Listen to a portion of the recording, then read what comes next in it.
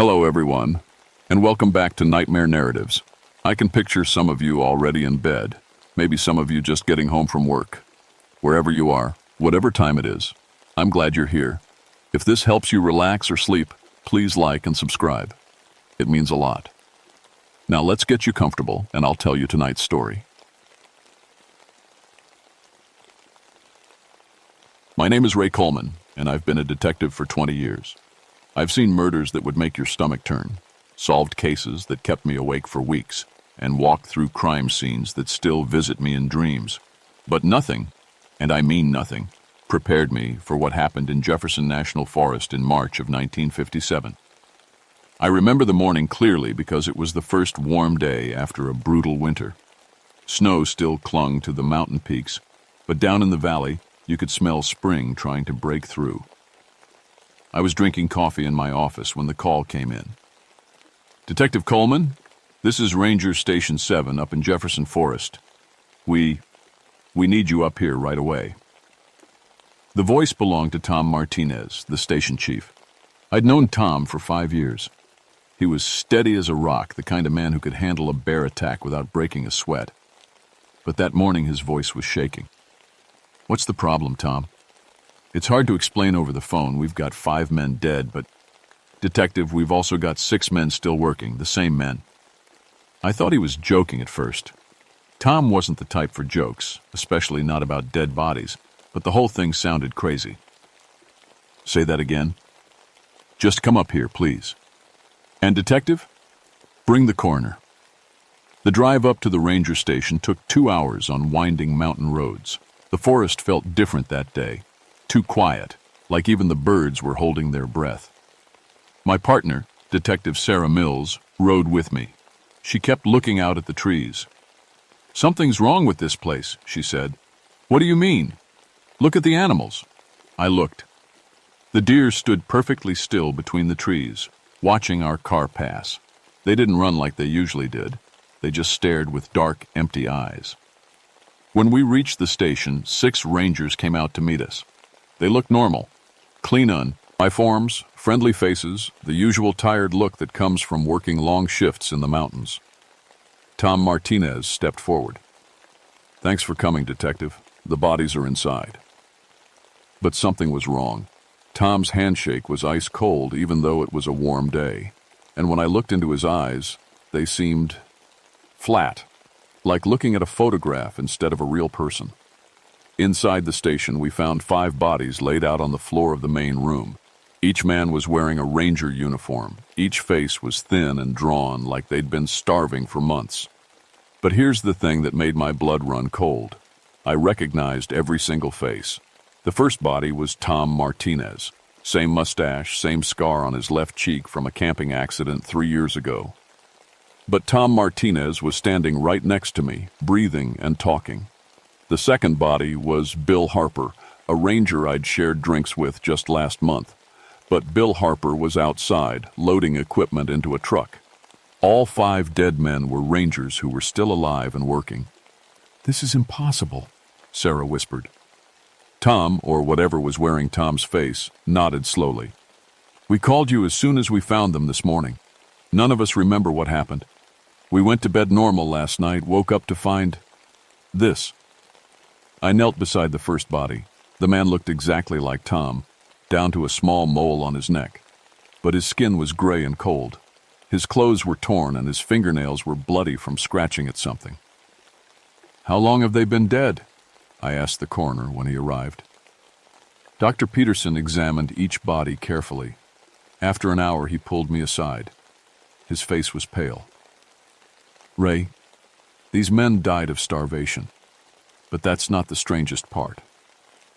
What is? Look at their stomachs. He showed me the preliminary examination results. Each man's stomach contained small pieces of chewed bone and what looked like human flesh. They were eating people, Dr. Peterson said quietly. But they still starved to death. I looked back at the 6 living rangers. They were going about their normal work, checking equipment, filing reports, making coffee. They moved and talked like regular people. But something felt wrong. like watching actors who'd almost forgotten their lines. That night I couldn't sleep. I kept thinking about Tom's cold handshake and those flat, empty eyes.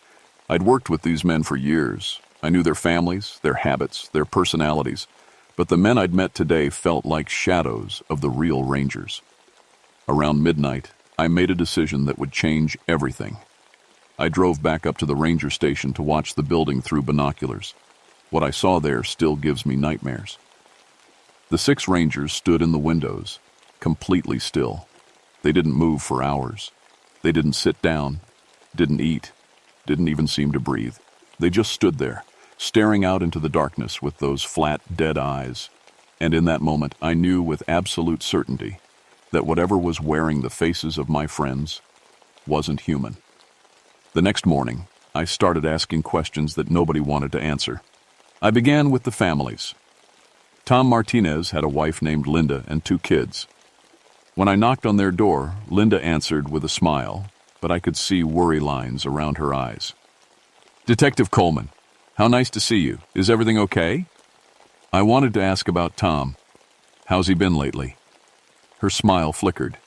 "He's fine. Why do you ask?" "Just routine follow-up. Has he seemed different at all? Changed in any way?" Linda glanced back into the house, then stepped outside and closed the door. "Actually, yes. He's been strange since that bad storm last week. He doesn't eat my cooking anymore. Says he's not hungry. And he's so cold all the time. Even when he's sleeping, his skin feels like ice." "Anything else?" "He doesn't talk to the kids like he used to. Just stares at them sometimes like he's trying to remember something. And Detective?" She leaned closer. "He doesn't look in mirrors anymore. I caught him walking past the bathroom mirror with his eyes closed." I got similar stories from every family I visited. Bill Harper's wife said he'd stopped sleeping in their bed because he was too cold. Jim Morrison's mother said her son had started walking differently, like he was wearing shoes that didn't fit. Every family had the same complaint. Their men felt wrong somehow, but they couldn't explain how. That afternoon, I decided to test my theory. I went back to the ranger station with a simple lie detector test, the kind we used for routine investigations. All 6 rangers agreed to take it willingly. The results were impossible. According to the machine, none of them had heartbeats. Their blood pressure read 0. Their body temperature was so low the machine couldn't get an accurate reading, but they were walking, talking, and answering questions like normal people. "There's something wrong with your equipment," Tom said, but his voice sounded flat and rehearsed. "Maybe," I replied, watching his face carefully. "Tom, what's your wife's maiden name?" "Rodriguez." "What's your favorite food?" He paused too long. "Pizza." Linda had told me just that morning that Tom hated pizza. His favorite food was her homemade chili. "What year did you graduate high school?" Another long pause. 1941. I knew Tom had graduated in 1943. Whatever was wearing his face was working from incomplete memories. That evening, I contacted Joseph Windwalker, a Cherokee elder who lived near the forest. Joseph knew more about the mountain's history than anyone, and I was desperate for answers. "Detective Coleman," Joseph said when I called. "I wondered when you'd contact me. You know what's happening? My grandfather warned me this day would come. Can you meet me tonight? Away from the station." We met at a small diner 20 miles from the forest. Joseph was in his 70s, with gray hair and sharp eyes that seemed to see more than they should. "Tell me what you found," he said. I described everything: the dead bodies, the living duplicates, the strange behavior, the impossible medical readings. Joseph nodded slowly. "The Wendigo has evolved." "Wendigo? An ancient hunger. In the old stories, it turned people into cannibals, drove them mad with starvation. But this is different. This Wendigo doesn't transform people anymore. It replaces them. That's impossible. Is it? You've seen the proof with your own eyes." Joseph leaned forward. "This creature feeds on human life, but it's learned to be patient. Instead of driving people to madness, it creates perfect copies that can walk among us unnoticed." "How?" It keeps the original people alive somewhere, feeding on them slowly. The longer they live, the better the copies become. Perfect memories, perfect behavior, until the originals finally die. The thought made me sick. You're saying those 5 dead men were kept alive for weeks while something fed on them? Yes. And detective, there's something else you need to know. This has happened before. Joseph pulled out an old newspaper clipping from 1931. The headline read, "5 miners found dead. Identical living men continue working." Another clipping from 1906. "Loggers discovered starved. Duplicates still cutting timber." "Every 25 years, Joseph said. "Always during harsh winters, always in this same area. The Wendigo returns when it's hungry." I stared at the clippings. How do we stop it? First, you have to find where it's keeping the real people. The longer they live, the stronger the copies become. If the originals die natural deaths, the copies become permanent. And then, Joseph's expression darkened. Then it spreads. The copies will infect their families, their friends, their co-workers. Within a year, half the county could be replaced. That's crazy. Look at your hands, detective. I looked down. My hands were shaking, not from fear, but from cold. The diner's heater was running, but I felt freezing.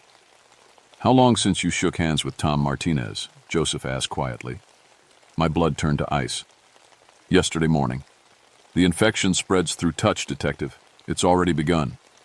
I drove home that night in a panic, checking my hands every few minutes. They felt normal, warm, steady, definitely still mine. But Joseph's warning echoed in my head. How long did I have before whatever had taken the Rangers came for me? At home, my wife Carol was making dinner. She smiled when I walked in, the same loving smile she'd given me for 15 years of marriage. "You're late," she said, kissing my cheek. "Rough day?" Her lips felt cold. I stepped back and studied her face. Same brown eyes, same freckles across her nose, same small scar on her chin from a childhood accident. But something was wrong. Her smile was too wide, too perfect. "Carol, what did we do on our first date?" She laughed. "What kind of question is that? Just answer me." "We went to see a movie, that Cary Grant picture. We'd gone dancing at the community center. Carol always said it was the most romantic night of her life." "What movie?" I pressed. Her smile faltered. I don't remember the name. It was a long time ago, Ray." I backed toward the door. "Where's your wedding ring?" Carol looked down at her hand. Her ring finger was bare. She'd worn that ring every day for 15 years, never took it off even to do dishes. "I must have forgotten to put it on this morning," she said, but her voice sounded different now, hollow. "When's my birthday?" June 15th? My birthday was July 20th. I ran. Behind me, I heard Carol, or the thing wearing Carol's face, call my name. But the voice was wrong, too flat and emotionless. When I looked back through the kitchen window, she was standing perfectly still in the same spot, staring at the door with those flat, empty eyes. I drove to Sarah's house, my partner on the force. If Carol had been replaced, I needed someone I could trust. Sarah lived alone in a small apartment, downtown. She answered the door in her robe, looking annoyed. "Ray, it's almost midnight. What's wrong?" "Sarah, I need to ask you something, and I need you to answer carefully. What color was your first car?" She stared at me. "Are you drunk? Please, just answer." "Blue. It was a blue Ford." "Ray, what's going on?" I felt a wave of relief. Sarah had owned a red Chevrolet when I first met her. She'd crashed it into a telephone pole during a snowstorm. This was still the real Sarah. "We need to talk. It's about the Rangers." I told her everything. Joseph's stories about the Wendigo, my conversation with Carol, the pattern of disappearances going back decades. Sarah listened without interrupting, which was unusual for her. "This is insane," she said finally. "You're telling me my partner has been replaced by some kind of monster?" "That's exactly what I'm telling you. Ray, you've been under a lot of stress lately. Maybe you should—" "Sarah, feel my hands." She took my hands in hers. Her fingers were ice cold. We stared at each other in horror. "How long?" she whispered. "I don't know. When did you last shake hands with one of the Rangers?" 3 days ago, when we first arrived at the station." 3 days. My wife had been replaced in 3 days, and I'd been too blind to notice. "We have to find the real people," I said. "Joseph thinks they're being kept alive somewhere." Sarah nodded, but I could see fear in her eyes. "If we find them, and they're still alive, what condition will they be in?" The next morning we returned to Jefferson Forest with metal detectors and search equipment. If the Wendigo was keeping people somewhere, it had to be close to the ranger station. We searched for hours. The 6 rangers watched us from the station windows but didn't interfere. They just stood there, perfectly still, with those empty eyes. Around noon, we found it. The metal data. Hector picked up something large buried behind the station. We dug carefully, expecting to find another body. Instead, we found a wooden hatch leading underground. The smell that came up from the hole was terrible. Rotting meat mixed with something else, something sweet and wrong. "We need flashlights," Sarah said. "We need backup," I replied. "Who can we trust? For all we know, half the police force has been replaced by now." She was right. We were on our own. The underground chamber was larger than I'd expected, a natural cave that had been expanded by human hands. Our flashlights revealed metal cages along the walls, each one containing a person. 5 people. 5 real rangers. They were alive, but barely. Their skin was gray and stretched tight over their bones. Their eyes were huge in their skeletal faces. When our light hit them, they scrambled to the back of their cages like frightened animals. "Tom?" I called softly. "Tom Martinez?" One of the figures crept forward. It was Tom, but he looked like he'd aged 20 years in a few weeks. His ranger uniform hung loose on his starved frame. "Ray?" His voice was a whisper. "Is that really you?" "It's me. We're going to get you out of here." "No!" Tom grabbed the cage bars. "You can't. If you free us, they'll know. They'll hunt you down." "Who will?" "The things wearing our faces. They come down here every night to feed." I felt sick. "Feed on what?" Tom held up his arm. It was covered in small bite marks, like something had been gnawing on him. "They take a little each night, just enough to keep us weak but alive. They need us alive to maintain the copies." Sarah was checking the other cages. All 5 rangers were in the same condition. Starved, covered in bite marks, barely human. "We have to get them to a hospital," she said. "No," Tom said again. "You don't understand. There are more now. The copies have been set, breeding. My wife, my kids, half the town. If you take us away, they'll know you've discovered them." "Then what do we do?" Tom looked at me with desperate eyes. "Find Joseph Windwalker. He knows the old ways. There's a ritual, something that can force them to return what they've stolen." A sound from above made us freeze. Footsteps, heavy boots on the wooden floor of the ranger station. "They're coming," Tom whispered. "Hide." We turned off our flashlights and crouched behind some old equipment. The hatch opened, letting in a rectangle of sunlight. 6 figures climbed down into the cave. In the darkness, I could see they weren't human. Their movements were wrong, too fluid, like they were floating instead of walking. And their eyes reflected our hidden flashlight beams, like an animal's. They moved from cage to cage, opening small slots in the bars. I heard Tom and the others whimper as the creatures reached through to touch them. Not bite, just touch, like they were absorbing something through their fingertips. After what felt like hours, they left. Sarah and I waited another hour before moving. "Did you see that?" Sarah whispered. "They were feeding on them without even biting." "Ray," We have to find Joseph. Tonight. But when we climbed out of the cave, 6 figures were waiting for us in the fading daylight. The fake rangers stood in a perfect line, staring at us with those flat, dead eyes. "Detective Coleman," said the thing wearing Tom's face. "We've been waiting for you." We ran. Through the forest, crashing through underbrush and jumping over fallen logs, we ran like our lives depended on it. Because they did.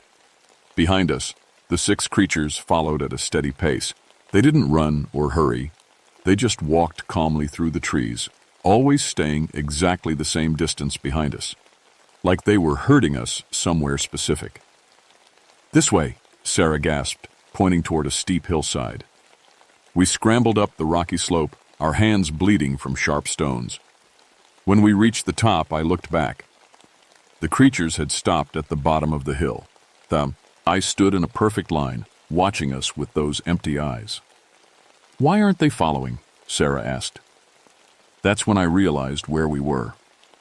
Joseph Windwalker's cabin sat on the other side of the hill, smoke rising from its chimney.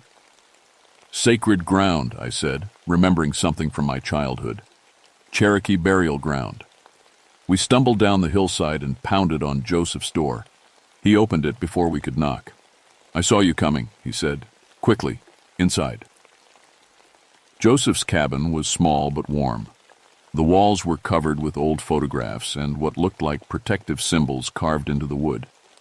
He handed us coffee that tasted like herbs and earth. "You found them," he said. It wasn't a question. 5 rangers, barely alive, being kept in cages underground. And the things wearing their faces. "Joseph, they're spreading. My wife, my partner, half the town probably." Joseph nodded grimly. "It's worse than I thought. In the old days, Wendigo only took 1 or 2 people at a time. This one has learned to be efficient.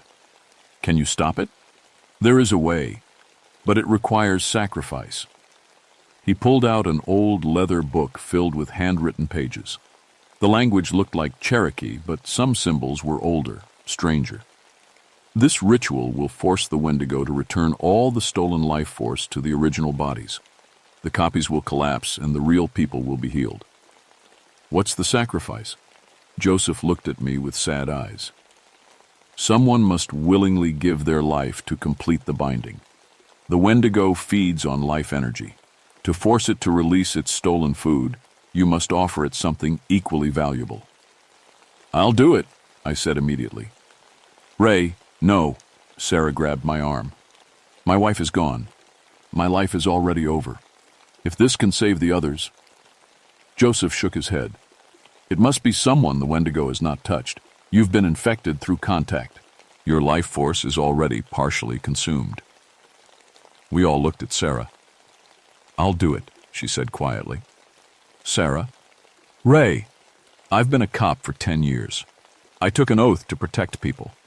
If my death can save dozens of lives, including yours, it's not really a choice." Joseph began preparing the ritual. He drew symbols on the cabin floor with what looked like chalk mixed with ash. In the center, he placed a silver knife that gleamed like moonlight. "The ceremony must be performed at midnight," he said. "The Wendigo will be forced to appear in its true form.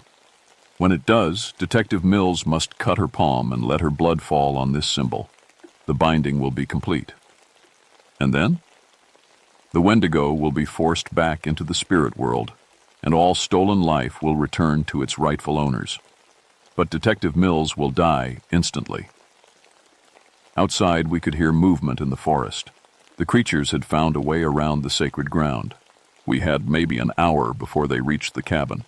As midnight approached, Joseph began to chant in Cherokee. The words were old and powerful, vibrating through the floorboards and making the air itself feel thick. The symbols on the floor began to glow with faint silver light. At exactly midnight, the front door exploded inward. But it wasn't the 6 rangers who entered. It was something else entirely. The Wendigo's true form was horrible beyond description. It stood nearly 8 feet tall with gray skin stretched tight over impossible angles. Its limbs were too long, its fingers ended in black claws, and its face was a hollow cavity filled with swirling darkness. When it opened its mouth, I could see hundreds of human faces trapped inside, screaming silently. "You cannot stop me," it spoke with a voice like breaking bones. "I have fed too well. I am too strong." Joseph's chanting grew louder. The silver light from the symbols brightened, and the Wendigo writhed as if in pain. "I have taken dozens of your people," it continued. "Soon I will take hundreds, thousands. This entire land will be hollow, filled only with my Hungja, who are wearing human faces." Sarah stepped forward, the silver knife in her hand. "Not today." She cut her palm. Blood dripped onto the central symbol. The Wendigo screamed, a sound like tearing metal and dying animals.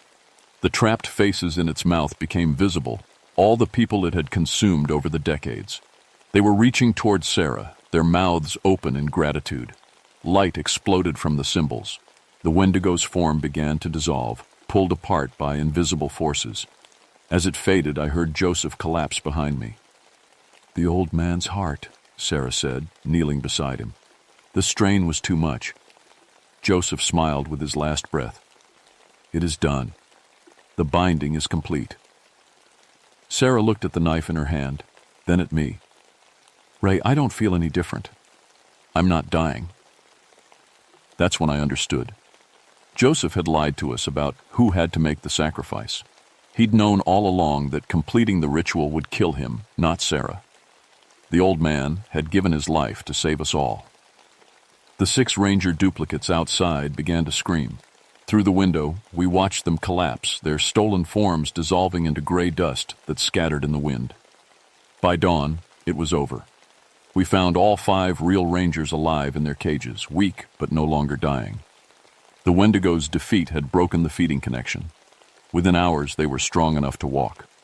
Tom Martinez hugged me with tears in his eyes. "My family," he said. "Are they?" "They're fine. Everyone who was replaced has been restored." It was true. Throughout the county, people who had been acting strangely suddenly returned to normal. Wives rediscovered their love for their husbands. Children recognized their parents again. The hollow copies had simply vanished, leaving only the real people behind. The government arrived within days, of course. Federal agents with serious faces and classified documents. They declared the entire incident a gas leak that had caused mass hallucinations. Anyone who talked about Wendigos or shapeshifters was quietly discredited or transferred to distant locations. They offered me a promotion to keep quiet. I took early retirement instead. Dr. Peterson, the coroner, moved to California. Sarah requested a transfer to the state police. Tom Martinez quit the Forest Service and became a carpenter. None of us could bear to stay in the mountains after what we'd seen. But I kept Joseph's book. Late at night, when sleep wouldn't come, I would read his handwritten notes about the Wendigo. The creature wasn't destroyed, only banished back to the spirit world. According to Cherokee tradition, it would return when the next generation forgot the warnings. 25 years. Always 25 years. I started keeping track of missing persons reports from mountain communities. Strange patterns of disappearances, families who claimed their loved ones were different, small towns where people suddenly stopped eating local food. In 1984, I got a call from my son, Michael. He'd become a park ranger despite my warnings about the mountains.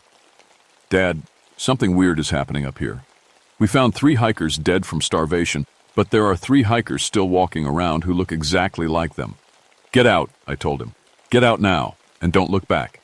"Dad, you're scaring me." "Michael, listen to me carefully. Do not touch anyone at the ranger station. Do not shake hands.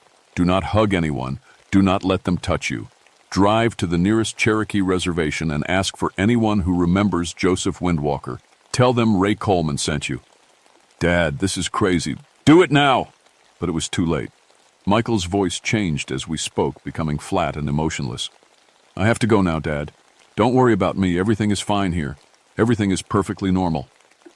The line went dead. That was 40 years ago. I'm an old man now, living in a nursing home far from any mountains. But I still get reports from contacts I've made over the decades. Pa, ARC rangers who know to watch for the signs. Cherokee elders who remember their grandfather's stories. The Wendigo returned in 1984, just as Joseph predicted, and again in 2009. Each time, a few people recognized the signs and managed to fight back. Each time, the creature grew stronger and more clever. It's learning. I've written down everything I know about fighting the Wendigo, the ritual, the silver knife, the Cherokee chants. I've hidden copies in libraries across the country, hoping someone will find them when the time comes, because the time will come again. It always does. If you're reading this and you've started noticing people in your town acting strange, if your neighbors suddenly feel cold to the touch, if they stop eating, if they avoid mirrors, then the Wendigo has returned. Find the Cherokee elders. Find someone who remembers the old ways. And remember, the hollow men may wear the faces of people you love, but they are not human.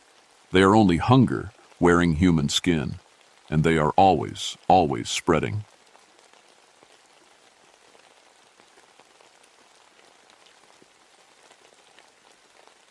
My name is Dr. Patricia Voss, and I need to tell you about Eddie McMurray before I lose my nerve. Before what happened to me makes me just another crazy person no one will believe. I'm a psychiatrist at East Tennessee State Hospital. Been treating damaged minds for 12 years now. I've seen everything. War veterans with nightmares that never end, mothers who hurt their children, men who talk to walls. I thought I understood the human mind and all the ways it could break. Eddie changed everything. They brought him to me on a rainy Tuesday in October 1968. The police report said, psychotic break following workplace trauma. His partner Daniel Cross had died in the Smoky Mountains during a routine patrol. Eddie was found 3 days later, sitting next to Daniel's body, talking to himself. But Eddie wasn't talking to himself. He was talking to people who weren't there yet. When they wheeled Eddie into my office, I saw a man who used to be strong. His ranger uniform hung loose on his thin frame. His hands shook constantly. His eyes stared at something just over my shoulder, like he was watching a movie I couldn't see. "Hello, Eddie," I said. "I'm Dr. Voss. I'm here to help you." He looked right at me then. His eyes were the color of deep water, and they held a sadness that made my chest tight. "Dr. Patricia Voss," he said quietly. 35 years old. Grew up in Nashville. Married once, divorced now. No children. I felt cold suddenly. None of that information was in his file. "How do you know that?" "The same way I know you're going to die on Tuesday night at 3:47 a.m. Your heart will stop. It won't hurt much." My pen slipped from my fingers and clattered to the floor. In 12 years of practice, no patient had ever scared me on the first meeting. Eddie McMurray managed it with one sentence. "Eddie, that's not possible. People can't predict death." He smiled then, but there was no joy in it. That's what Daniel said too. I picked up my pen with shaking hands and tried to act like a professional. "Tell me about Daniel. Tell me what happened in the mountains." Eddie's eyes went distant again. Daniel couldn't hear her screaming. That was the problem. If he could have heard her, maybe he would have understood. Maybe he would have run. "Who was screaming, Eddie?" "The woman made of sound. The one who knows when everyone's going to die." His voice dropped to a whisper. "She told me about you 5 minutes ago." I ended our session early that day. I told myself Eddie was just another broken man whose mind had snapped under stress. People say crazy things when their world falls apart. But that night, I couldn't sleep. I kept checking my calendar. Tuesday was 4 days away. Over the next few weeks, I learned more about Eddie McMurray. He'd been a park ranger for 12 years, one of the best. Never missed a day of work. Never had any mental health problems. His supervisors said he could track a mouse through a thunderstorm and knew every trail in the Smokies by heart. Daniel Cross had been his partner for 3 years. They'd worked together like brothers. The night Daniel died, they were investigating reports of missing hikers near Cataract Falls. Standard procedure. They'd done it hundreds of times. According to the official report, Daniel slipped and fell 60 feet onto the rocks below. Eddie claimed he was pushed by something invisible. The investigators found no evidence of foul play. They concluded that Eddie's mind had created a story to deal with losing his partner. But Eddie's story never changed. Not once. Every time I asked him to describe that night, he gave me the exact same details. The same times, the same sounds, the same sequence of events. In my experience, crazy people change their stories. Truth stays the same. Well, what else? What worried me most were Eddie's predictions. He didn't just predict my death, he predicted everyone's. The nurse with the red hair, Mary Beth, she dies next spring. Car accident on highway bounce. 3:21, Tuesday morning, 7:23 a.m. The security guard, James, has 2 months left, heart attack in the parking lot. His wife will find him. Dr. Richards won't make it to Christmas. The cancer is already starting, but he doesn't know yet. I wrote down everything Eddie said. I told myself I was documenting his delusions for my case notes. But deep down, I was keeping score. Tuesday was getting closer. The Cherokee woman came to see me on Friday afternoon. Her name was Mary Sequoia, and she was old in a way that made her seem like she'd been watching the world since it began. "You're treating the ranger who heard the Nunahee of Naj," she said without introduction. "I'm sorry, the what?" She sat down across from my desk without being invited. Her dark eyes studied my face like she was reading a book written there. "The death singer, the spirit who announces when someone's time has come. Your ranger heard her voice." I wanted to ask how she knew about Eddie, but something in her manner stopped me. "Mrs. Sequoia, I appreciate your concern, but Eddie is suffering from trauma-related psychosis. There's no supernatural explanation for how many of his predictions have come true." The question hit me like cold water. I'd been avoiding that count, but the number was growing. 3 hospital staff members Eddie had mentioned were already dead. All exactly as he'd described. That's just coincidence." Mary Sequoia shook her head. "The Nunahee has walked these mountains since before my people came here. She doesn't cause death. She simply knows when it will happen. Sometimes she chooses someone to hear her voice, to carry the burden of knowing." Why would she choose Eddie? Because he has the gift of listening. Most people are too noisy inside their heads to hear the spirit speak. But Eddie... She paused. Eddie has always been quiet inside. I thought of it out this. Eddie was different from my other patients. Even in his broken state, there was a stillness to him that I'd never encountered before. "If this spirit exists," I said carefully, "how do I help Eddie? How do I make it stop?" Mary's expression grew sad. "You don't. Once the death singer chooses you, the gift doesn't go away. It only gets stronger." She stood up to leave.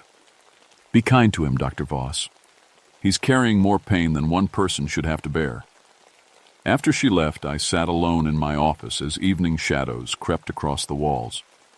Tuesday was 3 days away. That weekend, I did something I'd never done before. I went to the mountains where Daniel Cross had died. Cataract Falls was beautiful in the way that dangerous places often are. The water crashed down over black rocks, sending up clouds of mist that caught the afternoon light like tiny rainbows. It was the kind of place that made you feel small and peaceful. Until I heard the screaming.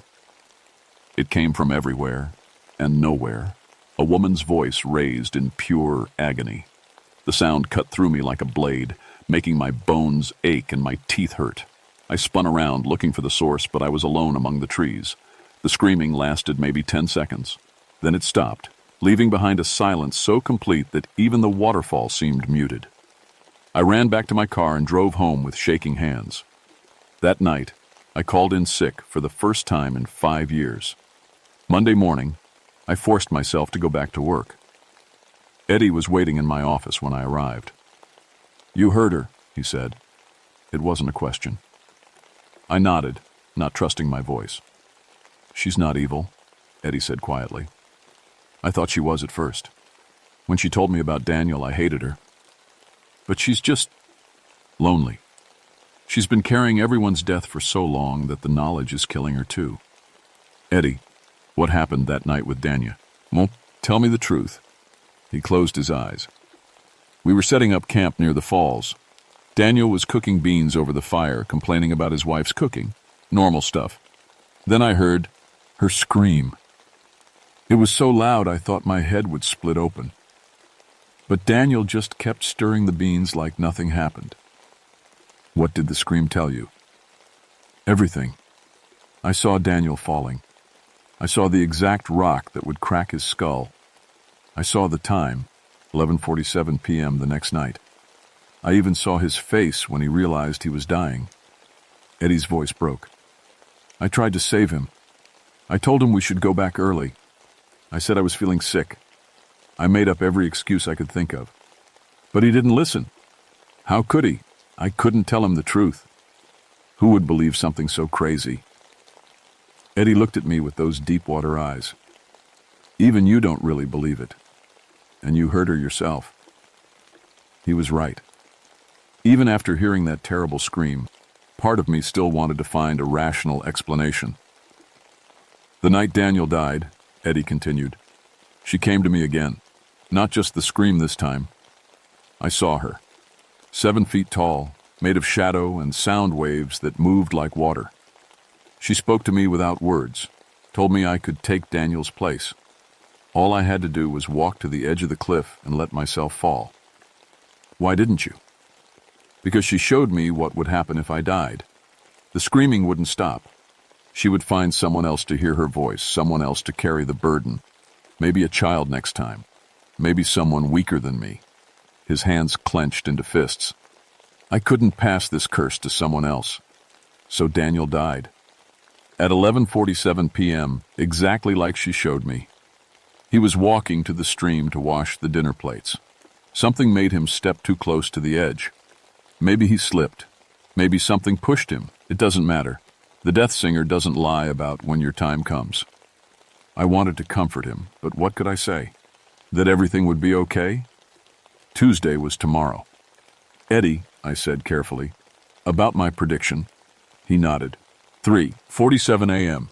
You'll be here at the hospital, working late like you always do when something troubles you. She'll come for you then.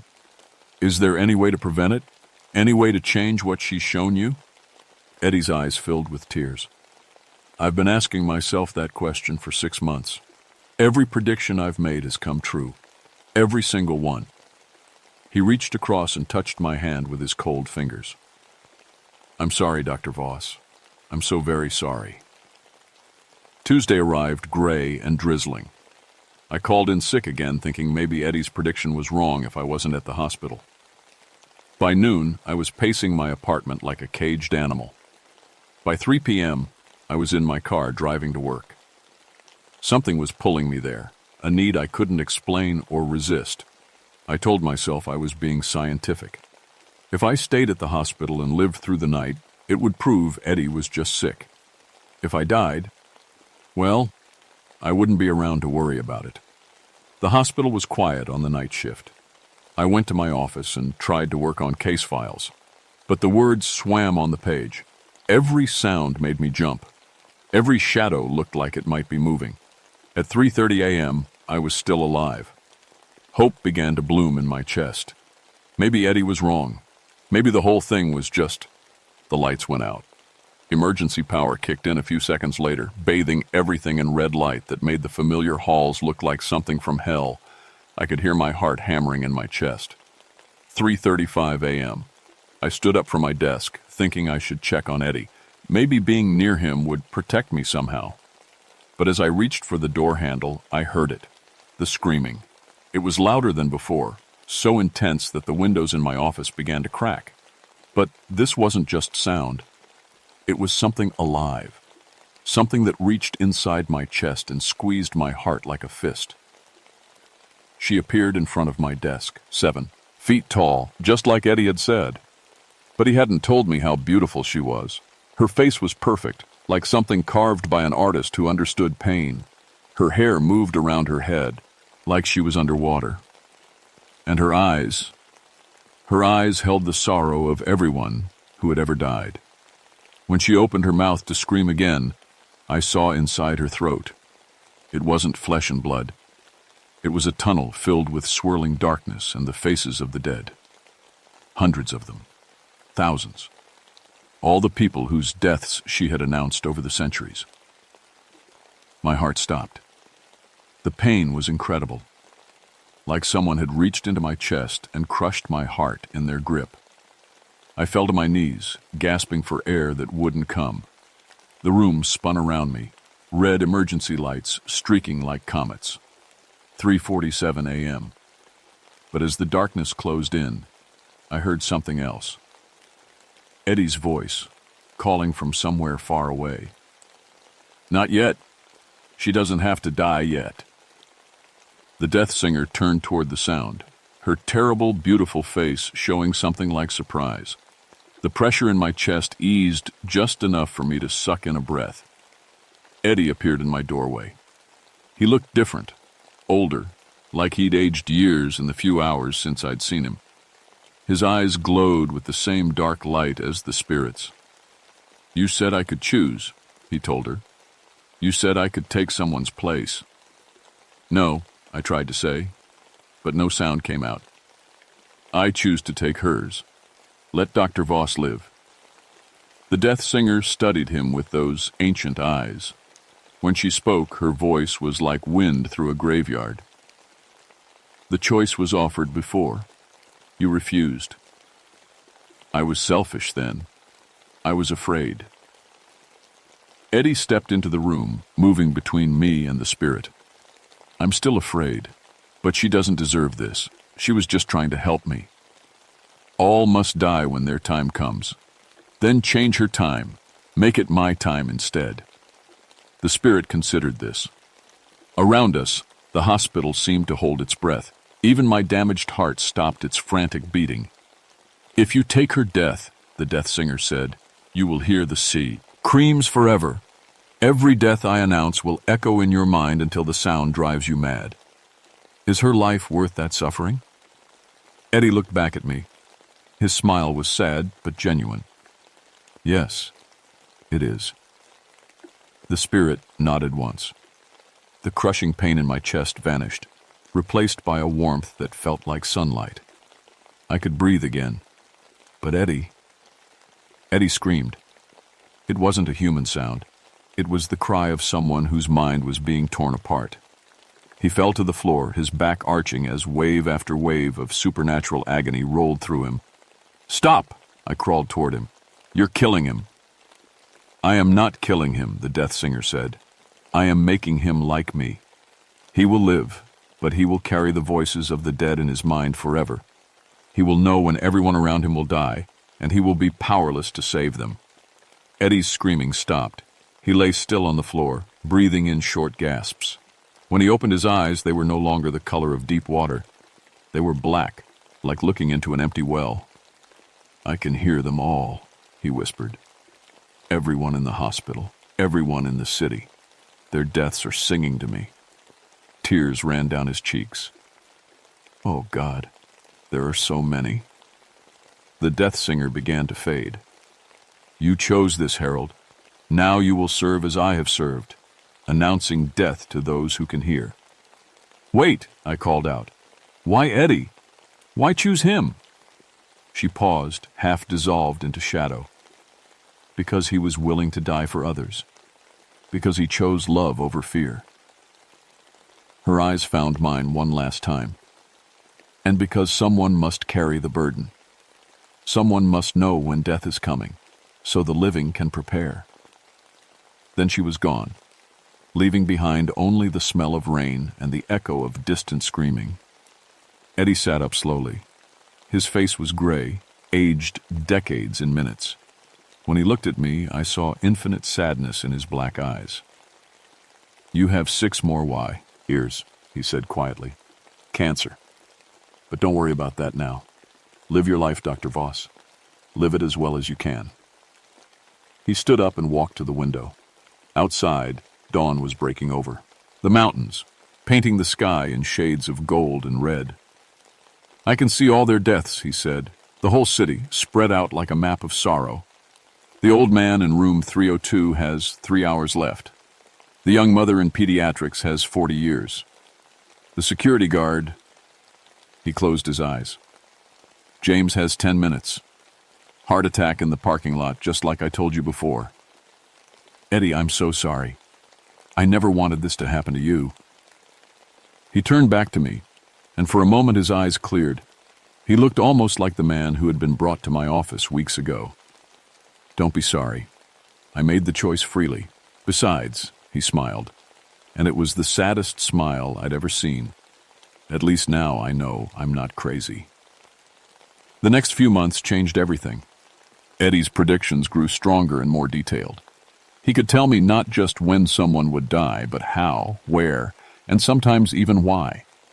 The gift was spreading through him like an infection. Hospital staff began to avoid him. Word spread that Eddie McMurray could predict death, and nobody wanted to hear their own forecast. But I stayed with him. I felt responsible for what he'd become. "Why don't you hate me?" I asked him one day as we sat in the hospital garden. Spring was coming to the mountains, and the air smelled of new flowers. "Hate you?" Eddie looked surprised. "Dr. Voss, you saved my life in the most important way possible. You gave me a reason to be brave. But the screaming in your head, the constant knowledge of death, is the price I pay for your life." He plucked a dandelion and studied its yellow petals. "Do you know what I see when I look at you now?" I shook my head. "I see all the lives you're going to touch, all the patients you'll help, all the good you'll do in the next 6 years." He handed me the flower. "The death singer showed me that when she took your original fate away. Your death would have been in a waste. Mine has purpose now." But the burden was crushing him. I could see it happening day by day. The constant screaming of future deaths was wearing away at Eddie's mind like water on stone. He started talking to people who weren't there, or rather, to people who would be there when their time came. The government found out about Eddie in May. They came in black cars with federal plates, men in suits who spoke in quiet voices and showed badges that looked official but had no agency names on them. They wanted to study Eddie, to understand how his ability worked. "Think of the possibilities," the lead agent, Dr. Marcus Webb, told me. "We could prevent assassinations, stop terrorist attacks, save thousands of lives." "Eddie isn't a weapon," I protested. "He's a man who's suffering. He's a national resource. The things he knows could change the course of history." They took Eddie to a facility in Virginia. I tried to visit, but my security clearance was denied. For 3 weeks, I heard nothing. Then, Eddie called me in the middle of the night. "They don't understand," he whispered into the phone. "They think they can control her. They think they can use the death singer's power for their own purposes." "Eddie, where are you? Are you all right?" "I'm in hell, Dr. Voss. They have me hooked up to machines trying to amplify my connection to her. They want me to predict military outcomes, terrorist attacks, political assassinations. But every time I use the gift, it gets stronger. The screaming gets louder." I could hear the pain in his voice, the exhaustion of a man who hadn't slept in weeks. "They're all going to die," he continued. "Everyone in this facility. Tomorrow at 2:15 p.m., the death singer is coming for them, and she's angry. She doesn't like being used as a tool for war." The line went dead. The news reports were confusing and contradictory. A G.S. leak explosion at a classified military research facility in Virginia. No survivors. The official story changed 3 times in the first week. But I knew the truth.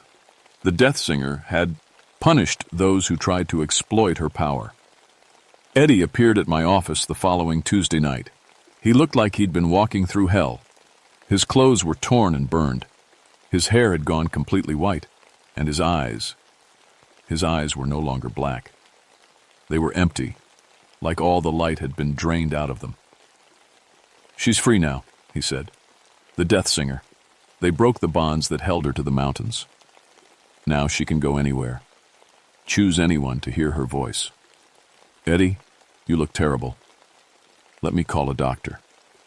He laughed, but there was no humor in it. "A doctor? Dr. Voss, I can see the deaths of everyone on Earth. Every person who will die in the next 100 years is screaming in my head right now. Do you think a doctor can help with that?" I realized then that Eddie McMurray, the man I'd known, the ranger who'd sacrificed himself to save my life, was gone. What sat in my office was something else, something that looked human, but carried the weight of universal death in its mind. "There's going to be a war," he said conversationally. "Not a big one, not yet, but people will die. Lots of people. I can hear all their deaths singing together like a choir." He stood up and walked to the window. "And after that, something worse. The death singer is tired of just announcing death. She wants to cause it directly." "What do you mean?" "She's going to choose a new herald, someone stronger than me, someone who can do more than just predict death." Eddie turned back to me and I saw tears of blood running down his cheeks. Someone who can make death happen. How do we stop her? We don't. We can't. The death singer has been part of this world since death itself began. All we can do is... He paused, tilting his head like he was listening to something I couldn't hear. "All we can do is warn people when we can." That was the last coherent conversation, and I had, with Eddie McMurray. Eddie died on a Thursday in November, exactly 1 year after I'd first heard the death singer's scream. They found him in his room at the hospital, sitting peacefully in his chair by the window. His face was calm, almost happy.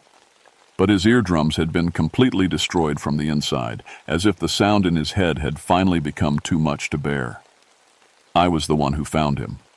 And I was the one who heard his final prediction, whispered in a voice so quiet, I almost missed it. "She's choosing someone new. Someone who can do what I could never do.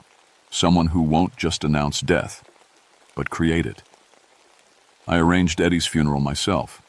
It was small, just me, Mary Sequoia, and a few hospital staff members who had known him before he'd become something more than human. We buried him in a quiet cemetery in the foothills of the Smokies, where he could rest among the mountains he'd loved. Mary Sequoia spoke at the graveside.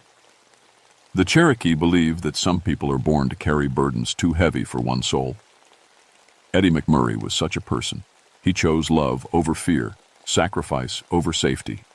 The spirits will remember his courage. After the service, she pulled me aside. "It's not over," she said. "The death singer still walks. She'll find another herald, someone with the gift to hear her voice. How will we know when she does?" Mary's dark eyes were sad. "You'll know. The whole world will know." That was 3 years ago. I've tried to go back to my normal life, treating patients and helping damaged minds heal. But I can't forget what I learned in those terrible months with Eddie McMurray. I can't forget that somewhere out there, an ancient spirit is looking for someone new to carry her burden. Sometimes, late at night, I think I hear screaming in the distance. It might be the wind in the trees. It might be my imagination. Or it might be the death singer, testing voices to find her new herald. I keep a journal now, documenting everything that happened. Someday, when the death singer chooses again, maybe my words will help. Someone understand. Maybe they'll be ready for what's coming. Because Eddie was right about one thing. It's not over. Death never stops, and neither does the spirit who announces its arrival. I just pray that when she finds her new herald, they'll be as brave and selfless as Eddie McMurray. Because if she chooses someone who embraces the darkness instead of fighting it, God help us all, the screaming will never stop.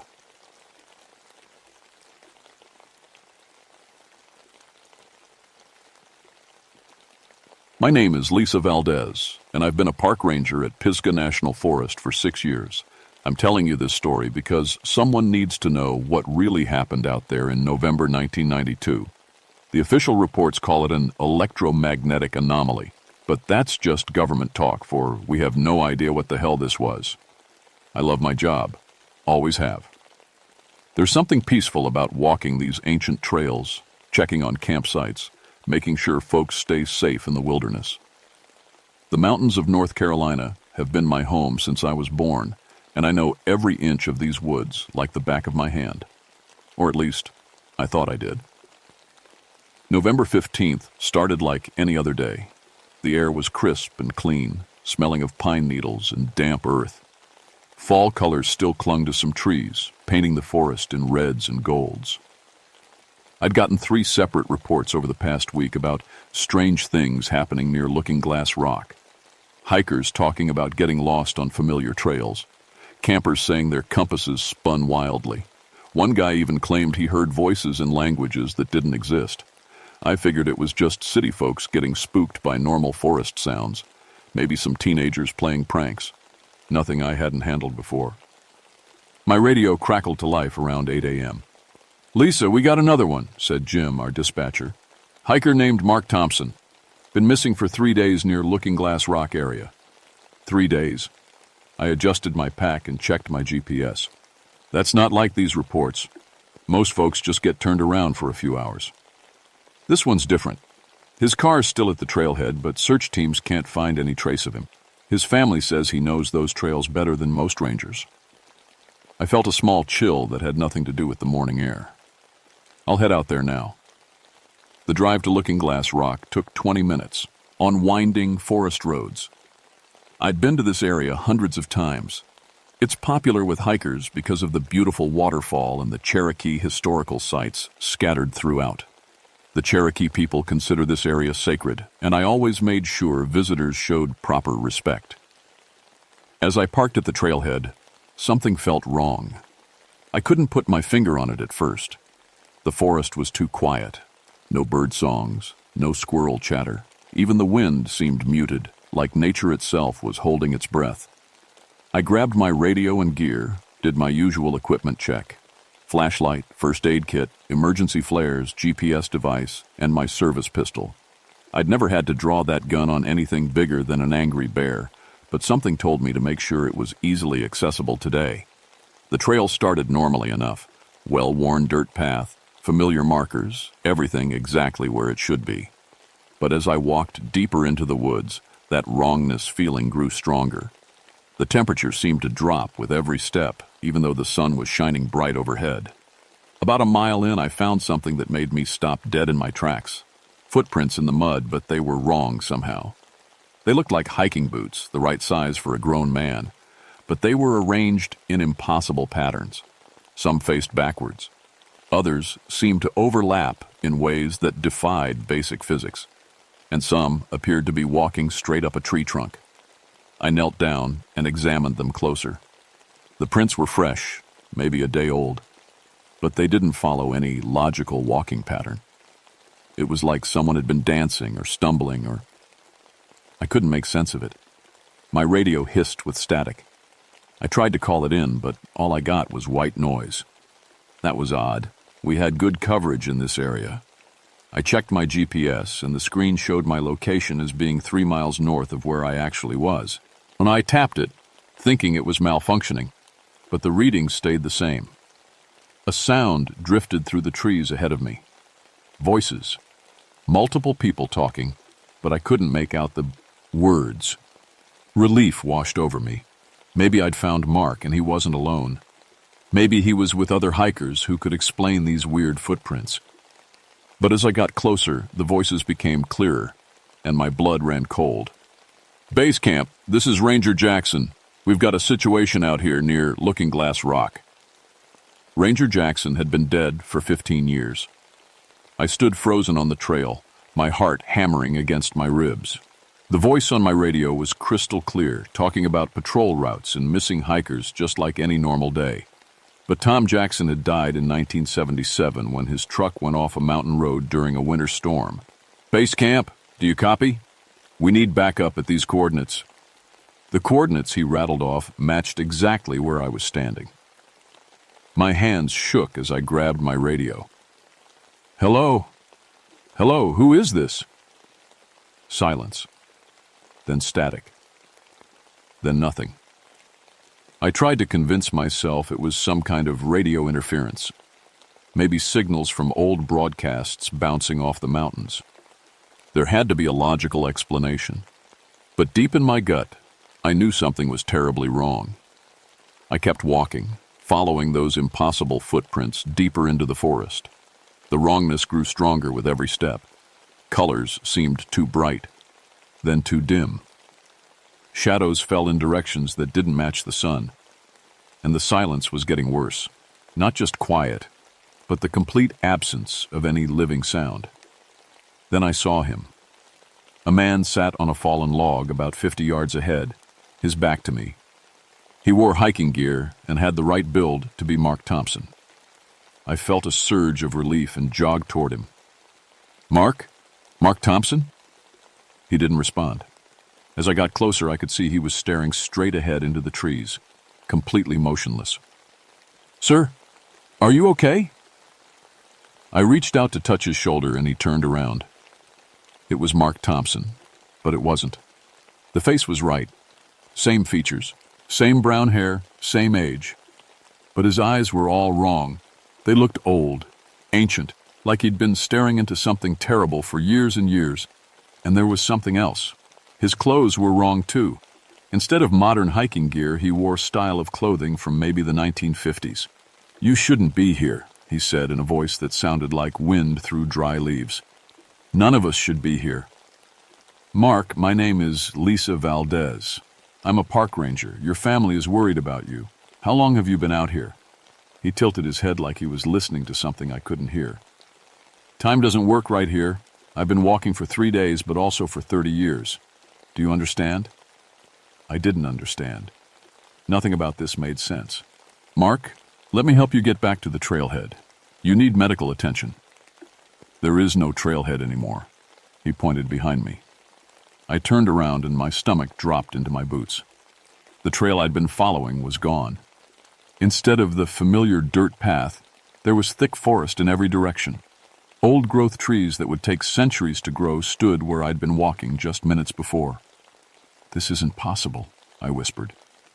"The boundaries got thin," Mark said. "Too many people disturbing the sacred places. Now it hunts between worlds." "What hunts?" Instead of answering, he stood up and walked away into the trees. I tried to follow, but he moved wrong. Not walking exactly, more like gliding. And with each step, he seemed to fade a little more until he disappeared completely. I spun around, trying to find any familiar landmark. The forest looked ancient now, untouched. Massive trees blocked out most of the sunlight. Strange flowers grew in patterns that hurt to look at directly. And somewhere in the distance, I could hear something moving through the underbrush. Something big. My radio crackled again. This time, me. It was a woman's voice. "Lisa? Lisa, can you hear me?" I grabbed it immediately. Yes, I'm here. Who is this?" "This is Lisa Valdez, Pisgah National Forest. I'm trying to reach anyone on this channel." My blood turned to ice water. The voice was mine. Exactly mine, but different somehow. Older. Sadder. "I'm Lisa Valdez," I said into the radio. "That's impossible. I'm Lisa Valdez, and I've been trapped here for 3 years, ever since the thing killed me on patrol." The radio went dead. I ran then. Crashed through the impossible forest, branches tearing at my clothes, roots trying to trip me up. Behind me I could hear it following. Not footsteps exactly, but the sound of something large pushing through the trees. Something that breathed but shouldn't exist. I ran until my lungs burned, until my legs gave out, until I collapsed against a tree that felt solid and real. When I looked up, I was back on the familiar trail exactly where I'd started walking an hour ago. My GPS worked perfectly. My radio had full signal. Everything was normal, except for the footprints. Those impossible, backward, overlapping footprints were everywhere now, and they were fresh. I should have left right then. Should have called for backup, reported equipment malfunction, requested reassignment, anything to get away from that place. But I couldn't abandon Mark Thompson, even if the Mark I'd met wasn't quite right. And I needed to understand what was happening before other people got hurt. I followed a different trail toward the waterfall, hoping to find some sign of the real Mark, or at least get my bearings in familiar territory. The Cherokee sacred sites were near the falls, and I had a crazy idea that maybe talking to some of the local tribal members might help explain these impossible things. The waterfall trail should have taken 30 minutes. I'd walked it 1,000 times, but after an hour of steady hiking, I still hadn't reached it. The path kept branching in ways I didn't remember, leading to clearings that shouldn't exist. Every time I checked my compass, it pointed in a different direction. That's when I started seeing the other hikers. The first group looked normal enough. A family with 2 kids, all wearing modern gear, taking pictures of the trees. But something about them made my skin crawl. They moved in perfect synchronization, like marionettes controlled by the same strings. And when the father turned to look at me, his face was completely blank. No eyes, no nose, no mouth, just smooth skin. I blinked hard, and they were gone. The second group was worse. 3 college-aged kids sitting around a campfire that gave off no heat or smoke. They were laughing and talking, but their voices came from the wrong directions. The girl's laugh came from behind me. The boys' conversation drifted down from the tree branches overhead. "Excuse me," I called out. "Are you folks doing okay?" They all turned to look at me at once, and their faces were wrong too. Not blank like the family, but rotting, decomposing, like they'd been dead for weeks. "We've been waiting for you, Ranger Valdez," the girl said, her voice now coming from directly beside my ear, even though she sat 20 feet away. "He's been waiting for you." I ran again. This was becoming a pattern, but I didn't care. Every instinct I had was screaming at me to get away from these things that looked like people but weren't. The worst part was that the forest kept changing around me. Trails appeared and disappeared. Trees moved when I wasn't looking directly at them. And always, I could feel something watching me from just outside my vision. My radio came alive with chatter from multiple sources. Dispatch calls from decades past, rangers reporting incidents that had happened before I was born, weather reports for dates that didn't exist, and occasionally my own voice calling for help that never came. I was getting desperate when I finally found her. An elderly, a Cherokee woman sat beside the waterfall on a blanket covered with traditional items, herbs, stones, feathers arranged in careful patterns. She looked completely real, completely normal. When she saw me approaching, she nodded like she'd been expecting me. "You're the ranger," she said in a voice that sounded like wisdom itself. "I'm Sarah Moses, but most folks call me Granny. I've been waiting for you." Granny Moses? I'd heard of her. Local legends said she knew more about these mountains than anyone alive. "How did you know I'd be here?" "The spirits told me. They're scared, child. Something came through that shouldn't have come through. Something that hunts across many worlds at once." I sat down beside her, grateful to finally talk to someone who seemed real and sane. "I've been seeing things. Impossible things. People who aren't really people." "Oh, they're people all right. Just not from here. Not from now." She gestured to her arrangement of items. "This is a skinwalker from between. A creature that feeds on confusion and fear. It traps folks in spaces where different realities bleed together. How do I stop it?" Her old eyes grew sad. "You can't stop it, child. You can only try to survive it. And maybe, if you're very brave and very lucky, you can keep it from spreading to other places." "What do you mean, spreading?" Before she could answer, the forest around us began to change. The waterfall started flowing upward.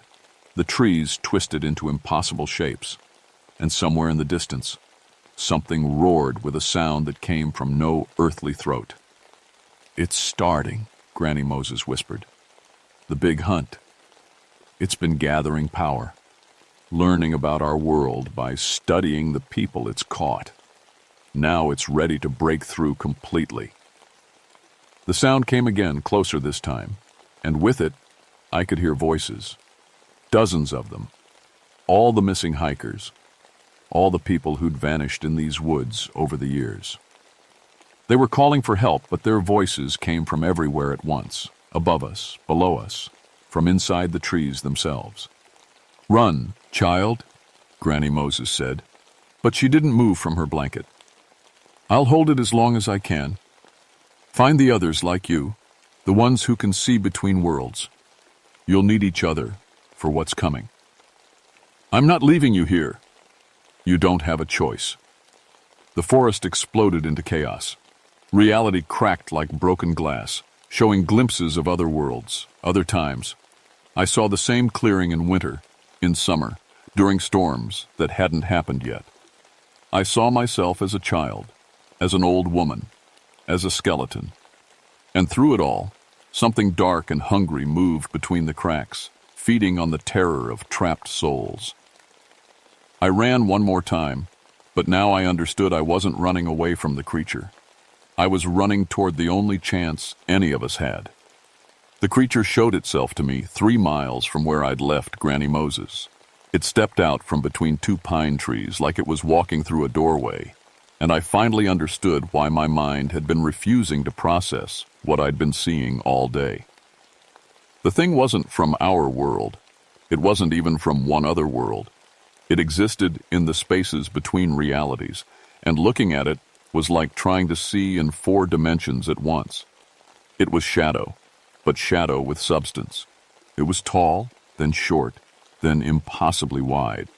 It had faces, dozens of them, that appeared and disappeared across its surface like reflections on dark water. Some of the faces I recognized. Missing hikers from over the years, rangers who'd died on duty. And there, somewhere in the shifting mass of features, I saw my own face staring back at me with empty eyes.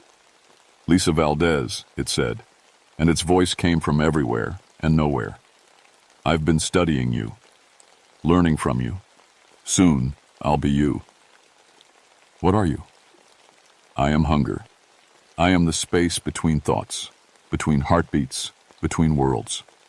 Your people opened doorways they shouldn't have opened. Toil and now I feed. Around us, the forest had become a nightmare maze. I could see multiple versions of the same trees, the same rocks, the same clearings, all existing in the same space, but at different times. Past and present and future bled together like watercolors in the rain. The Cherokee woman knows, it continued. She's been trying to close the doorways for years. But I've grown too strong. I've learned too much. Soon I'll step fully into your world, and then I'll spread to others. That's when I saw him. The real Mark Thompson, stumbling through a clearing that existed 50 years in the past. He looked exhausted, terrified, but alive. Behind him walked other figures, missing hikers, lost campers, people who'd vanished without a trace over the decades. They're all here, I whispered.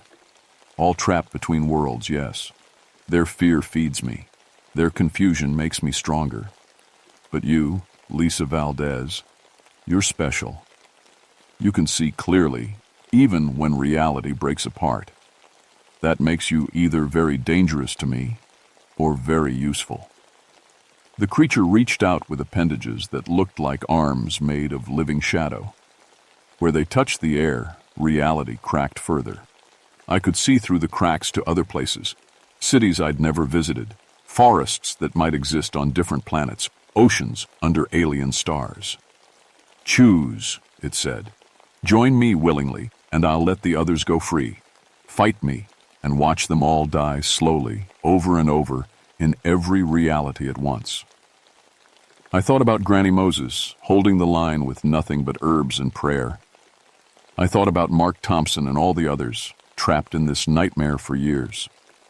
I thought about what would happen if this thing made it to the real world, to places where families lived and children played.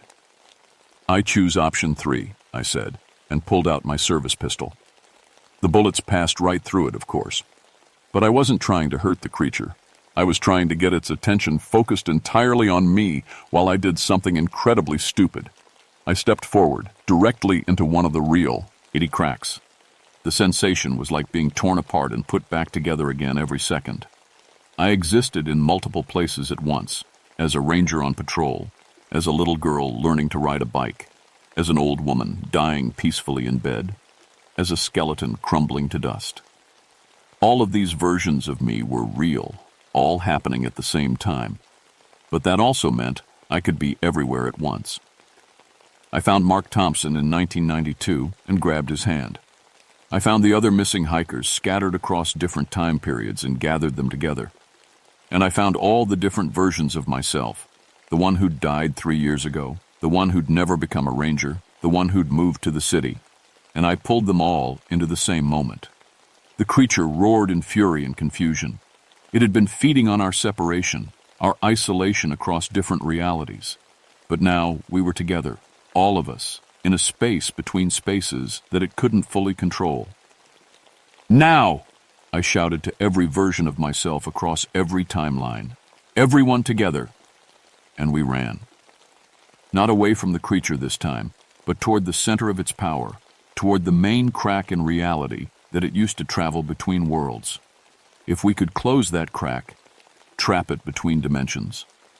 The creature threw everything it had at us. The forest became a war zone of shifting realities, impossible weather, gravity that pulled in 6 directions at once. Some of the other hikers fell behind, lost in temporal storms. Some versions of myself were torn apart by dimensional stress. But enough of us made it. Granny Moses was waiting at the center, her traditional items arranged in a perfect circle around the main crack. She'd been holding it stable with her will alone, and I could see the effort was killing her. "Anchor yourselves," she gasped. "Someone has to exist in all realities at once to keep the door closed. And as someone has to choose to be the lock." I understood. To trap the creature between dimensions, someone had to willingly spread their consciousness across all possible timelines and hold them together. They'd still be alive, but scattered across infinite realities, never able to fully exist in just one. "I'll do it," I said. "No." Mark Thompson stepped forward, and I realized this was the real Mark, not one of the shadow versions. "I've been running from this thing for days. Time to stop running." But before either of us could act, Granny Moses smiled sadly and spoke a word in Cherokee that seemed to reshape the air itself. The old woman exploded into light, and I felt her consciousness expand across every possible timeline, becoming a living barrier between worlds. The creature screamed, a sound like reality itself tearing, and was sucked backward into the closing crack. As the dimensional portal sealed itself, I caught one last glimpse of it thrashing in the space between worlds, trapped forever in a prison of its own making. The forest snapped back to normal with an almost audible pop. I found myself sitting on the familiar trail, my radio working perfectly, my GPS showing the correct location. Mark Thompson sat beside me, looking exhausted but real. The other hikers who'd been trapped were scattered throughout the forest, all alive, all confused about how much time had passed. The official investigation concluded that an unusual electromagnetic field had caused compass malfunctions and disorientation.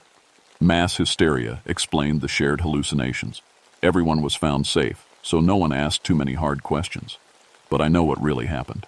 Mark Thompson went back to his normal life, but he calls me sometimes. He sees things, glimpses of other realities, shadows that move wrong, people who might not be entirely from this world.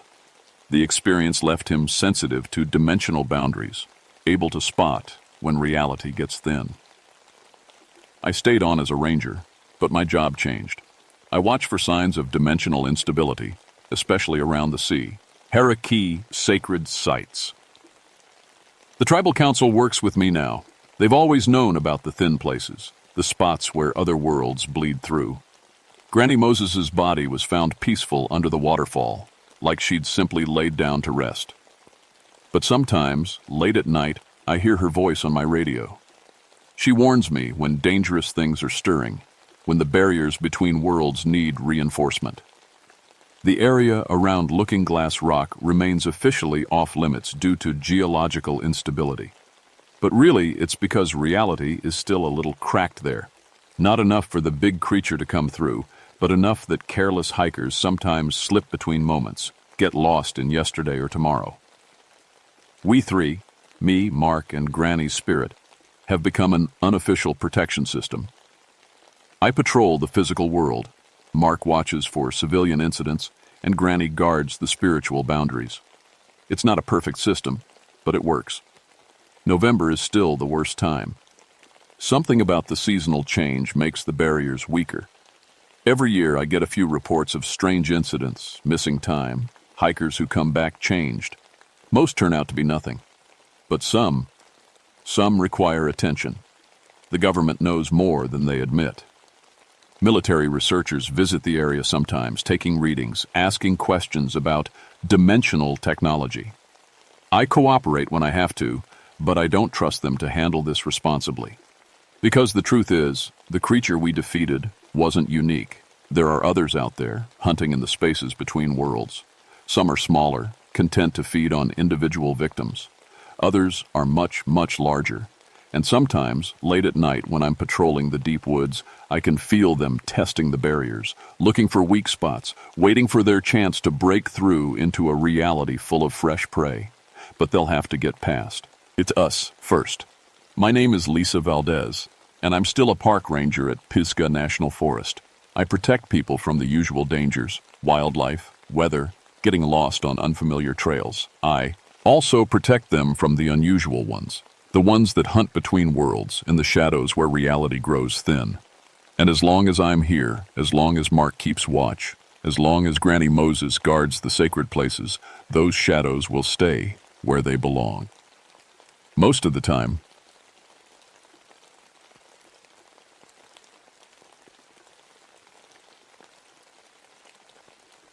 My name is Robert Kane, and I'm a special agent with the FBI. I've seen plenty of horrible things in my 23 years on the job. Murder scenes, kidnappings, cases that would make most people sick just hearing about them. But nothing, and I mean nothing, prepared me for what I found in those film reels. It was October 1979 when a park ranger found the abandoned campsite in Shenandoah National Park. 3 tents, all the camping gear still there, but no sign of the people who'd been using it. The ranger thought maybe they'd gone for a hike and gotten lost. Happens all the time in those mountains. But when we ran the license plate on the van parked at the trailhead, things got interesting. The van belonged to Susan Martinez, a documentary filmmaker from Richmond. She'd told her production company she was going up to the mountains to film something about local legends. Wild Children of Appalachia, she called it. Her crew consisted of 3 people, Pete Morrison on camera, Maria Santos doing sound, and Jake Phillips running the boom mic. When they didn't come back after a week, Susan's company called the police. That's when I got involved. Missing persons in national parks usually turn out to be accidents. People fall off cliffs, get turned around in the woods, have heart attacks. But this felt different from the start. For one thing, all their equipment was gone. Cameras, sound gear, everything. If they'd had an accident, that stuff would still be at the campsite. For another, the local rangers started telling me stories, old stories about children who went missing in these mountains and never came back. Always in September, they said, always during harvest time. I didn't believe any of it, of course. I'm a facts and evidence kind of guy. But when you've been doing this job as long as I have, you learn to pay attention when people seem genuinely scared. Old-timer name. Charlie Hutchins ran a general store near the park entrance. He'd lived in those mountains his whole life, and his father before him, and his grandfather before that. When I asked him about the missing film crew, his face went white. "You need to stay out of those upper trails in September," he told me, "especially after dark. There's things up there that ain't right." I pressed him for details, but he just shook his head.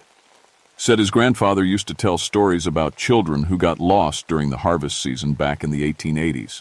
3 kids, siblings, who wandered off from their family's cabin and disappeared. Search parties looked for weeks, but never found them. "Funny thing, though," Charlie said, lighting up a cigarette with shaky hands. "After those 3 kids went missing, other children started disappearing too. 1 or 2 every September. Been happening for near 100 years now." I asked him if anyone had ever found bodies, any evidence of what happened to these missing children. Charlie just looked at me with eyes full of something I'd never seen before. Not just fear, but a kind of deep, old terror that went back generations.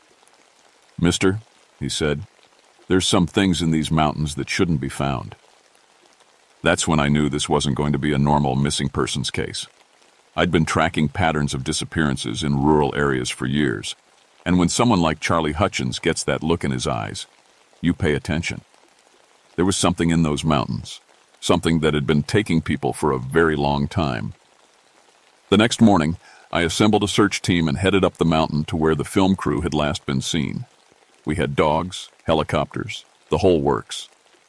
But it was Ranger Tom Bradley who found the first piece of evidence. Stuck in a tree about 30 feet off the ground was a camera bag. Not dropped. Wedged into the branches like someone had thrown it there on purpose. Inside, we found 3 8mm film reels, each one carefully labeled in Susan Martinez's handwriting. Day 1, Day 2, and Day 3. I set up a projector in the ranger station that night and watched those films. The first reel started normal enough. Just Susan and her crew setting up their equipment, joking around, talking about their plan to debunk local legends. They all seemed excited, like this was going to be their big break. "We're going to find out what really happened to all these missing children," Susan said to the camera. "Probably just families covering up accidents or kids running away from home. There's always a logical explanation." Pete Morrison was a good cameraman. His shots were steady, well-framed. You could see how much he loved his work. Maria Santos had this bright laugh that made you like her right away. And Jake Phillips, the boom operator, kept making jokes to keep everyone's spirits up. They were good people, normal people. The first sign that something was wrong came about 20 minutes into the first reel. They were setting up camp when Pete's camera caught something strange in the mud near a creek. Handprints, small ones like a child might make, but the fingers were too long, and there were what looked like claw marks at the tips. "That's weird," Jake said, crouching down to get a better look. "What kind of animal makes prints like that?" Susan knelt beside him, measuring the print with her hand. "It's human-sized, but look at these marks. Like fingernails, but really long ones." They spent about 10 minutes filming the prints from different angles. You could hear the uncertainty creeping into their voices. This wasn't what they'd expected to find. The second day's footage showed them following a trail of strange objects deeper into the mountains. Bits of clothing, some of it old enough to be from decades past. A child's shoe that looked like it was from the 1950s. And tools, crude knives carved from bone, sharp sticks that had been worn smooth by use. "This is incredible," Susan whispered to the camera. "It's like someone's been living up here for years, decades even." But it was the sound that really got to me. Maria's equipment kept picking up voices in the distance. Children's voices, singing some kind of song in a language I'd never heard before. It wasn't English, but it wasn't any foreign language I recognized either. It sounded almost musical, like a lullaby, but there was something wrong with it, something that made my skin crawl. "Are you getting this?" Susan asked Maria. "Yeah, but I don't know what it is. The voices seem to be coming from everywhere at once, like they're surrounding us." That night, they set up camp in a clearing about 5 miles from where they'd started. The footage showed Pete doing a final equipment check while Jake and Maria prepared dinner. Everything seemed normal until the camera panned up toward the trees. There, about 40 feet off the ground, you could see structures built into the branches. Not bird nests or anything natural, actual shelters, woven together from branches and held up with ropes. They were too high for any normal person to reach, and too well built to be made by children. "Jesus," Pete whispered. "How did anyone get up there to build those?" They tried to get closer, but the trees were too tall and smooth to climb. The camera showed Susan standing at the base of one of the trees, looking up at the shelter with a mixture of excitement and fear. "Tomorrow we're going to figure out how to get up there," she said. This could be the discovery of a lifetime. But they never got the chance. The third reel started with chaos. Pete's camera was shaking as he ran through the woods, branches whipping past the lens. You could hear him breathing hard, almost sobbing with fear. "Where is he?" Jake's voice came from somewhere behind the camera. "Where the hell is he?" They'd woken up to find Marin, Aya's sleeping bag empty and bloody. A trail of blood led away from their campsite and up into the trees, but it disappeared about 15 feet off the ground. Like whatever had taken her had simply climbed straight up the trunk. "Maria!" Susan was screaming. "Maria, can you hear us?" The camera showed them searching frantically around the base of the trees, looking for any way to climb up and follow the blood trail. But there was nothing. The trunks were smooth and straight, with no branches low enough to reach. That's when they heard her screaming. The sound came from high above them, from somewhere in the canopy. It was Maria's voice, but there was something wrong with it.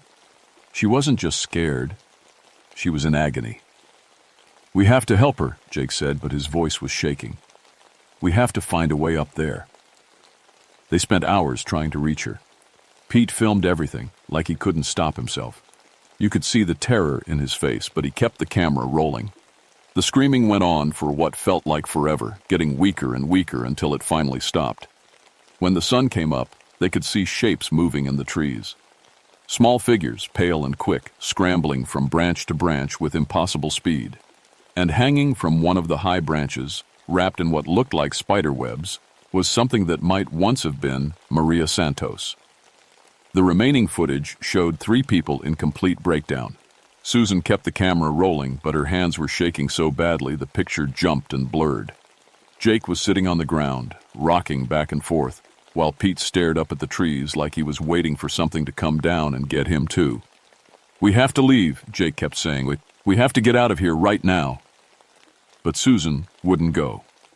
Even with Maria dead in the trees above them, she was still thinking about her documentary. "This is the story of the century," she whispered to the camera. "We can't leave now. We have proof that something's been living up here, something that's been taking people for decades."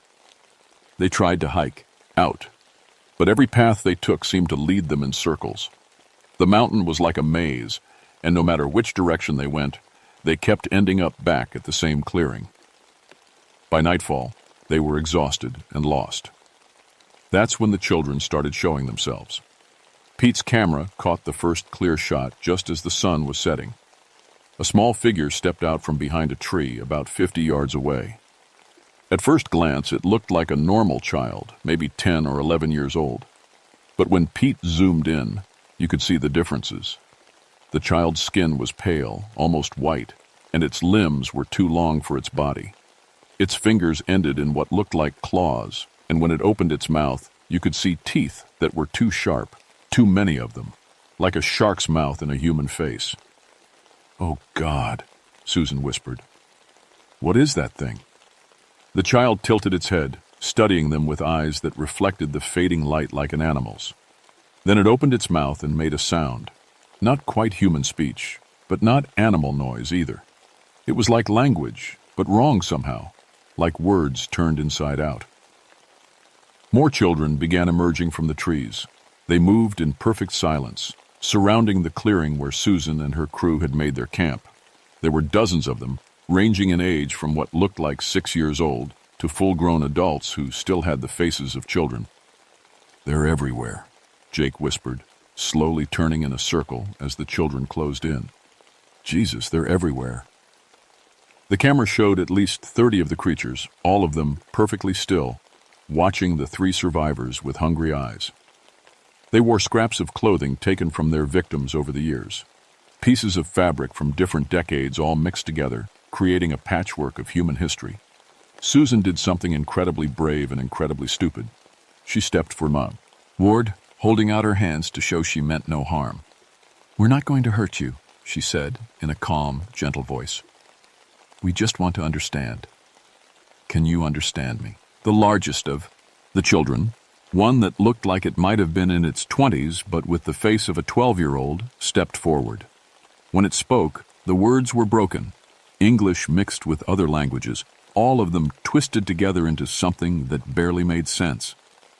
"Understand," it repeated, like it was tasting the word.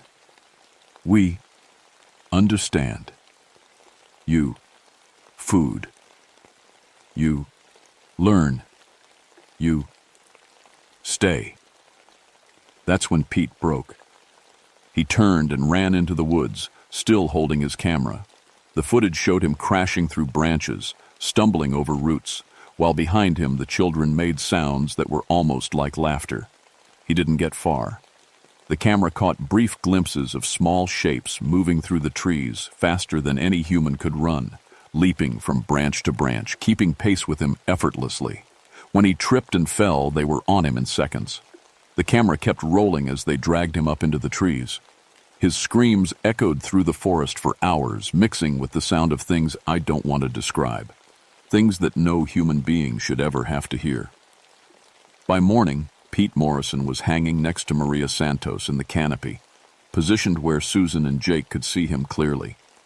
A warning, a promise of what was coming next. "We're going to die here," Jake said, his voice flat and emotionless. "They're going to kill us.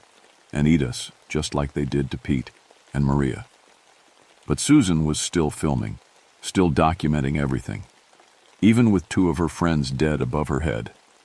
She couldn't stop being a filmmaker. "Look at how organized they are," she whispered to the camera. "Look at their tools, their shelter system. They've developed their own society up here, their own way of living. This isn't just survival, it's evolution."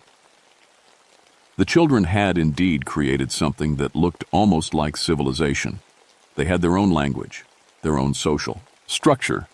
The camera showed elaborate bone arrangements that might have been art or religion. They had lookout points posted throughout the forest, communication systems using bird calls and tree tapping, and they were learning. Every day they came a little closer to the survivors' camp. They watched everything Jake and Susan did, copying their behavior, experimenting with their equipment. When Susan demonstrated how to use her camera, several of the children gathered around to watch, making soft cooing sounds that might have been their version of interest or approval. "They're not just animals," Susan said during one of her final recordings. "They're something new, something that's adapted to life in these mountains in ways we never could." But Jake was getting worse. The stress and fear were breaking his mind. He stopped eating, stopped sleeping, just sat staring up at the bodies of his friends hanging in the trees.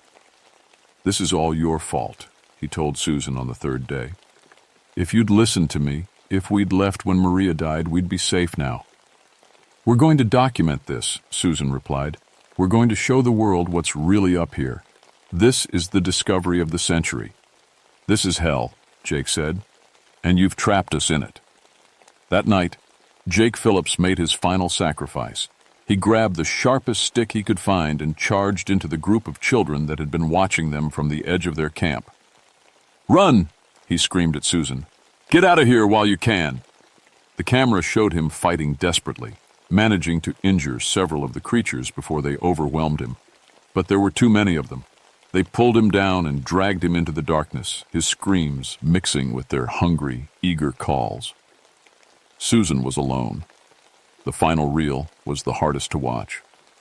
Susan had been alone with the children for days, maybe weeks. Her appearance had changed. She was thinner, dirtier, and there was something different in her eyes. Something that made her look more like them than like the woman who had started this journey. The children no longer saw her as prey. They had decided she was useful. The oldest one, the creature that spoke broken English, sat with her by the campfire like they were old friends. It had learned to operate the camera and was filming their conversations. "Tell about outside," it said to Susan. "Tell about world beyond mountain." Susan had become their teacher. She showed them how to use modern tools, explained how cities worked, described technologies they'd never seen, and in return, they told her their story. "We were 3, the creature said, its voice getting stronger as it practiced speaking. "Long ago, lost in mountain. Mama, Papa. They look but no find. We small, we hungry. We eat. Other lost ones. We grow strong." The children had survived by becoming something new. Over the decades, they had kidnapped other lost children, raised them as their own, taught them to hunt and feed on the people who came into their territory. They had created a family, a tribe, bound together by shared hunger and isolation. "You stay with us," the creature told Susan. "You teach us. We protect you." The camera showed Susan nodding, agreeing to their terms. But you could see the calculation in her eyes. She wasn't just trying to survive. She was planning something. "I'll stay," she said. "But I want to finish my documentary first.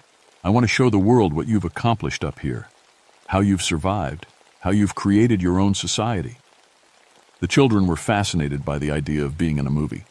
They posed for the camera, demonstrated their hunting techniques, showed off their elaborate tree cities. Susan filmed it all, narrating like she was making a nature documentary about a newly discovered species.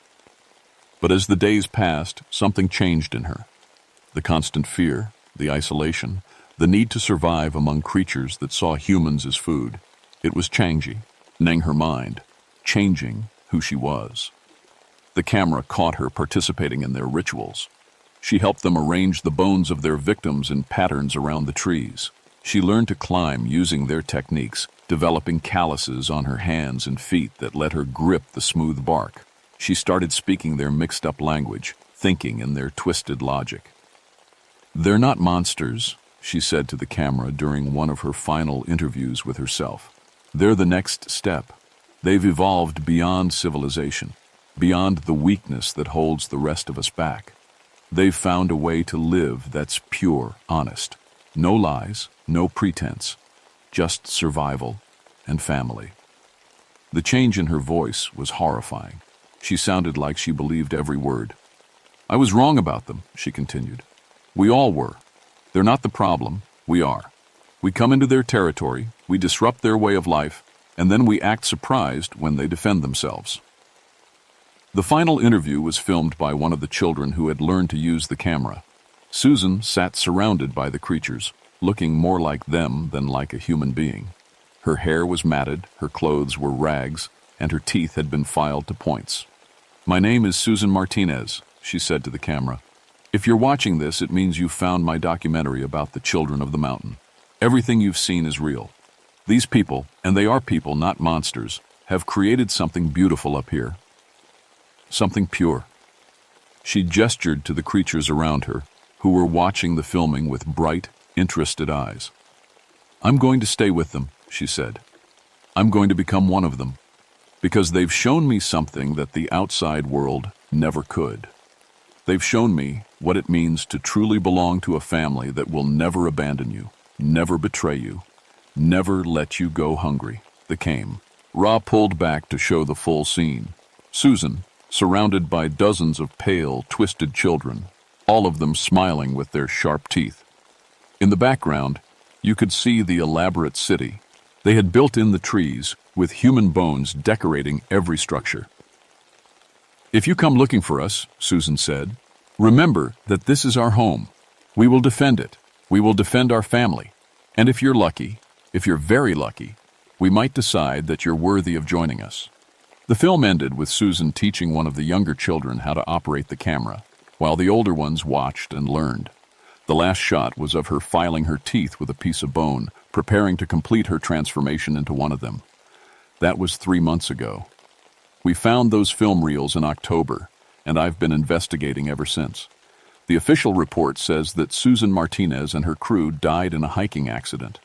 Their families were told that the bodies were never recovered, lost somewhere in the vast wilderness of the Shenandoah Mountains. But I know better.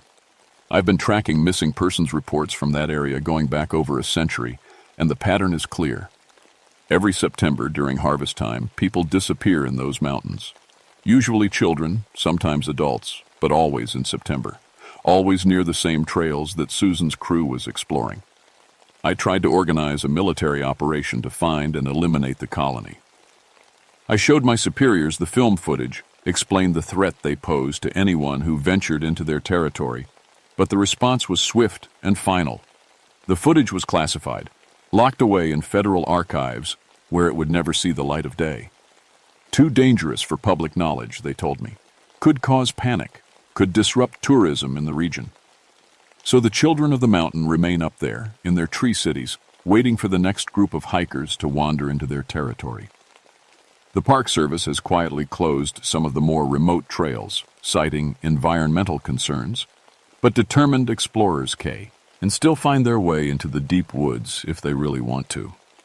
I think about Susan Martinez sometimes, about how she started out as a rational, educated woman trying to debunk local legends and ended up becoming something that barely qualified as human.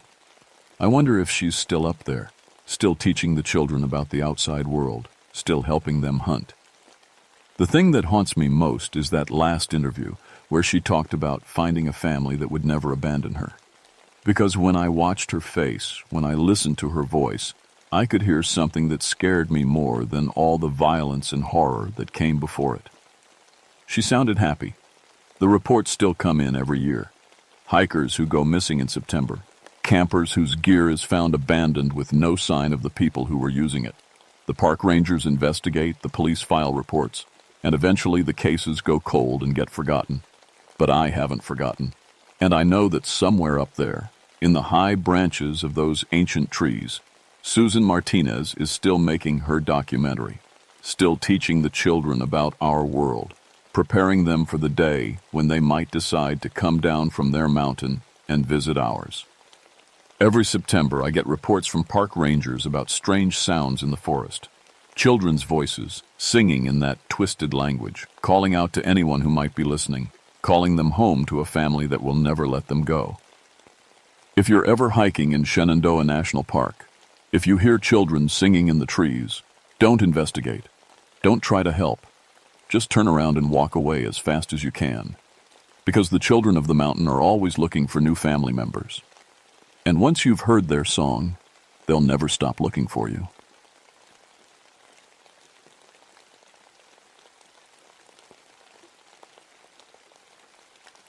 My name is Thomas Brennan, and I need to tell you about 3 days in October 1981 that changed everything I thought I knew about what's real and what isn't.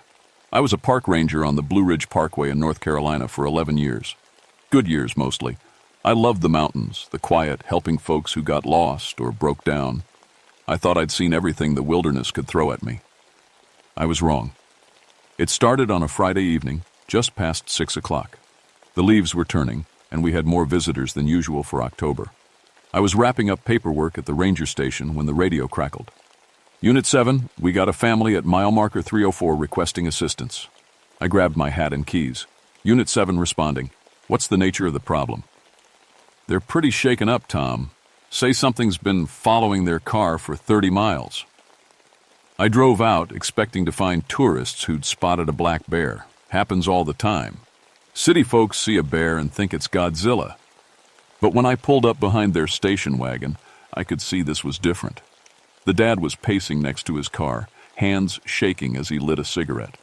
His wife sat in the passenger seat, door open, staring back down the parkway like she was waiting for something terrible to catch up.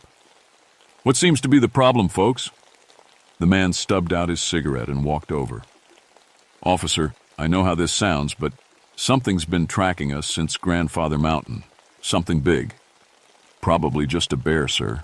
They're pretty active this time of year. No. His wife got out of the car. This wasn't a bear. It was walking on 2 legs, and it was smart.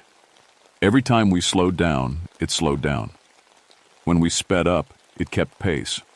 It was watching us and learning. Their 2 kids, maybe 8 and 10, huddled in the back seat. The older one, a girl, rolled down her window. It had people eye them, she said quietly. Mean people eyes. I spent 20 minutes with them, took a report, promised to patrol the area, standard procedure. But something about the way they described it stuck with me. The dad was military, I could tell by his posture, his way of talking. Not the type to spook easy, and the details they gave were too specific, too consistent. They all saw the same thing. After they left, I drove back toward Grandfather Mountain as the sun started setting. The parkway gets different at night, quiet in a way that makes you notice every sound. I'd been doing this route for years, but something felt off. The deer weren't moving like they usually did. No owls calling. Even the wind seemed to hold its breath. I was thinking about heading back to the station when another call came in.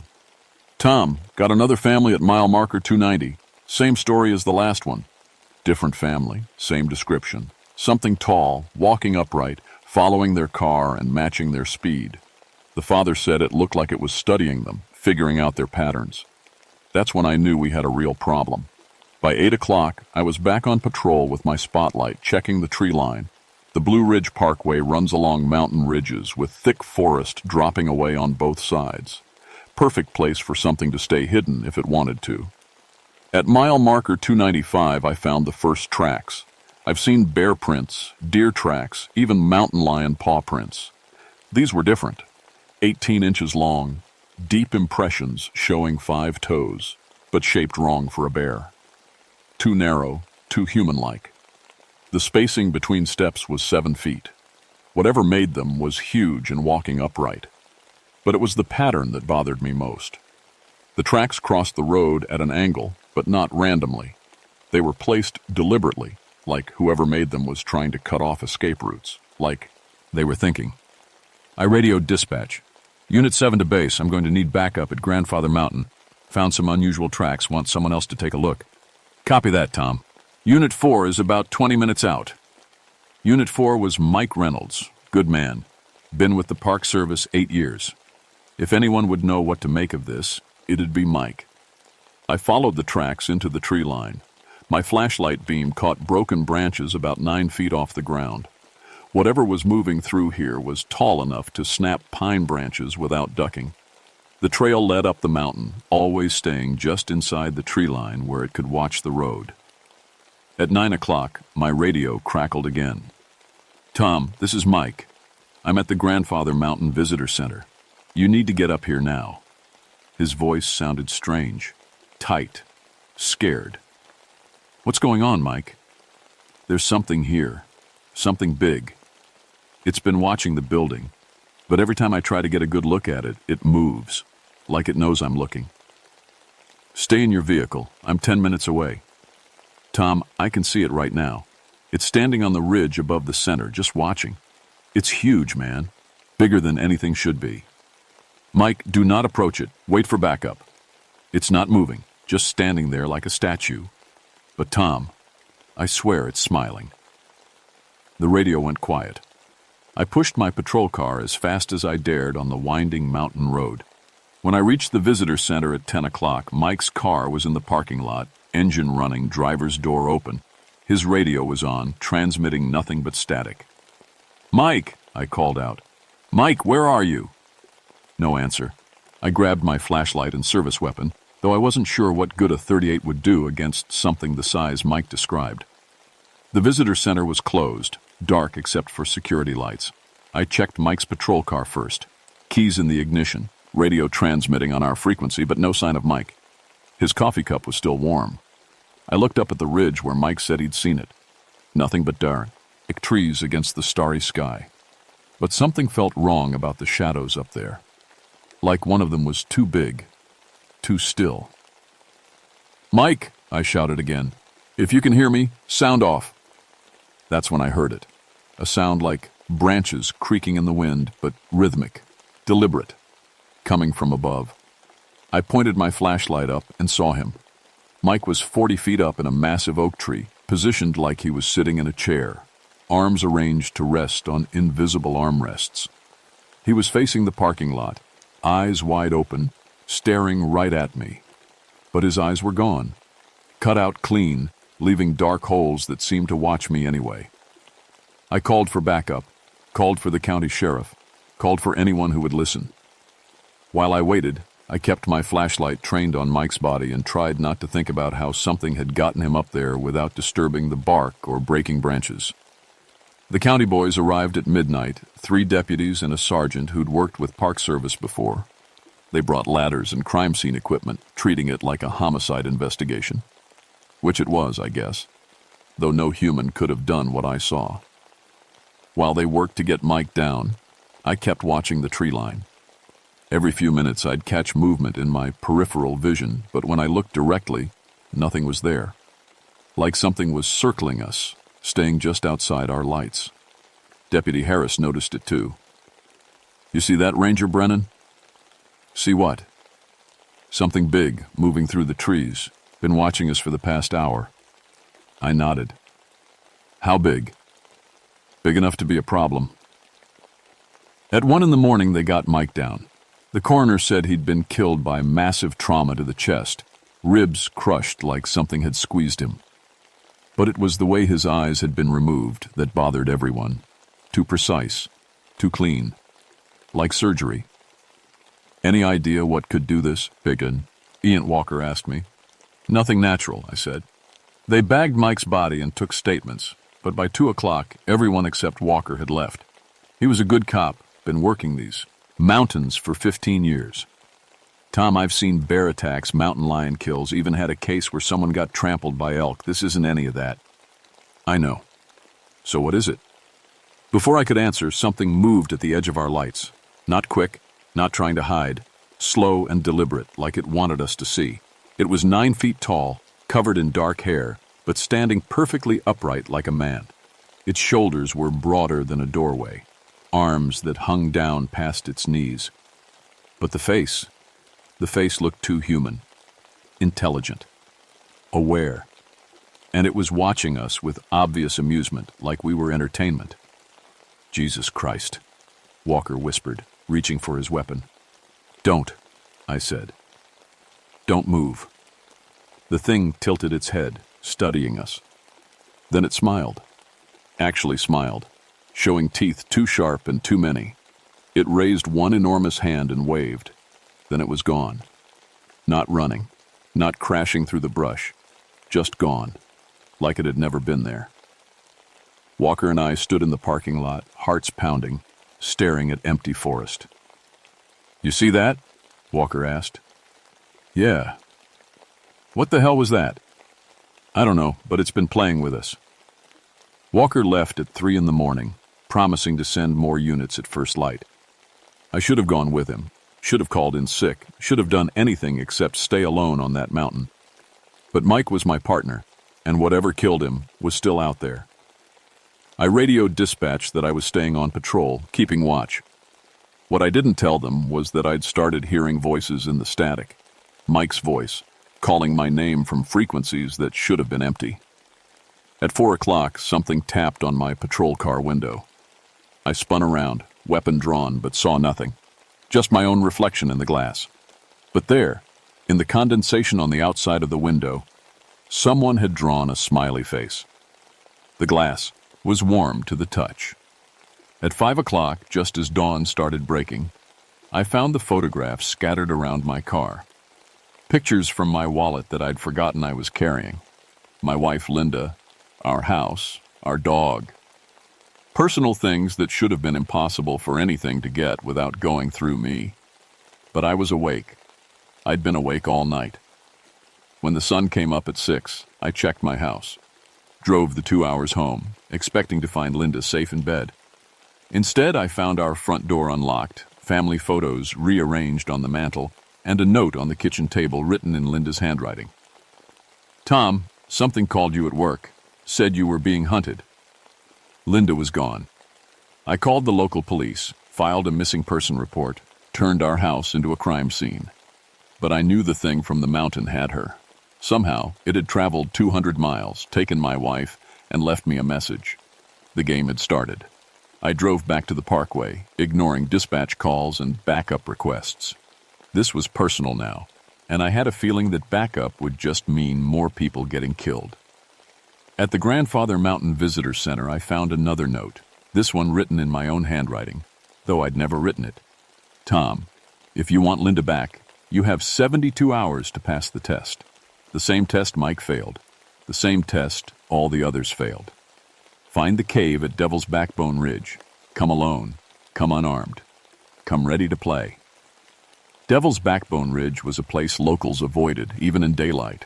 Rocky outcrops and deep caves, easy to get lost, easy to fall and die.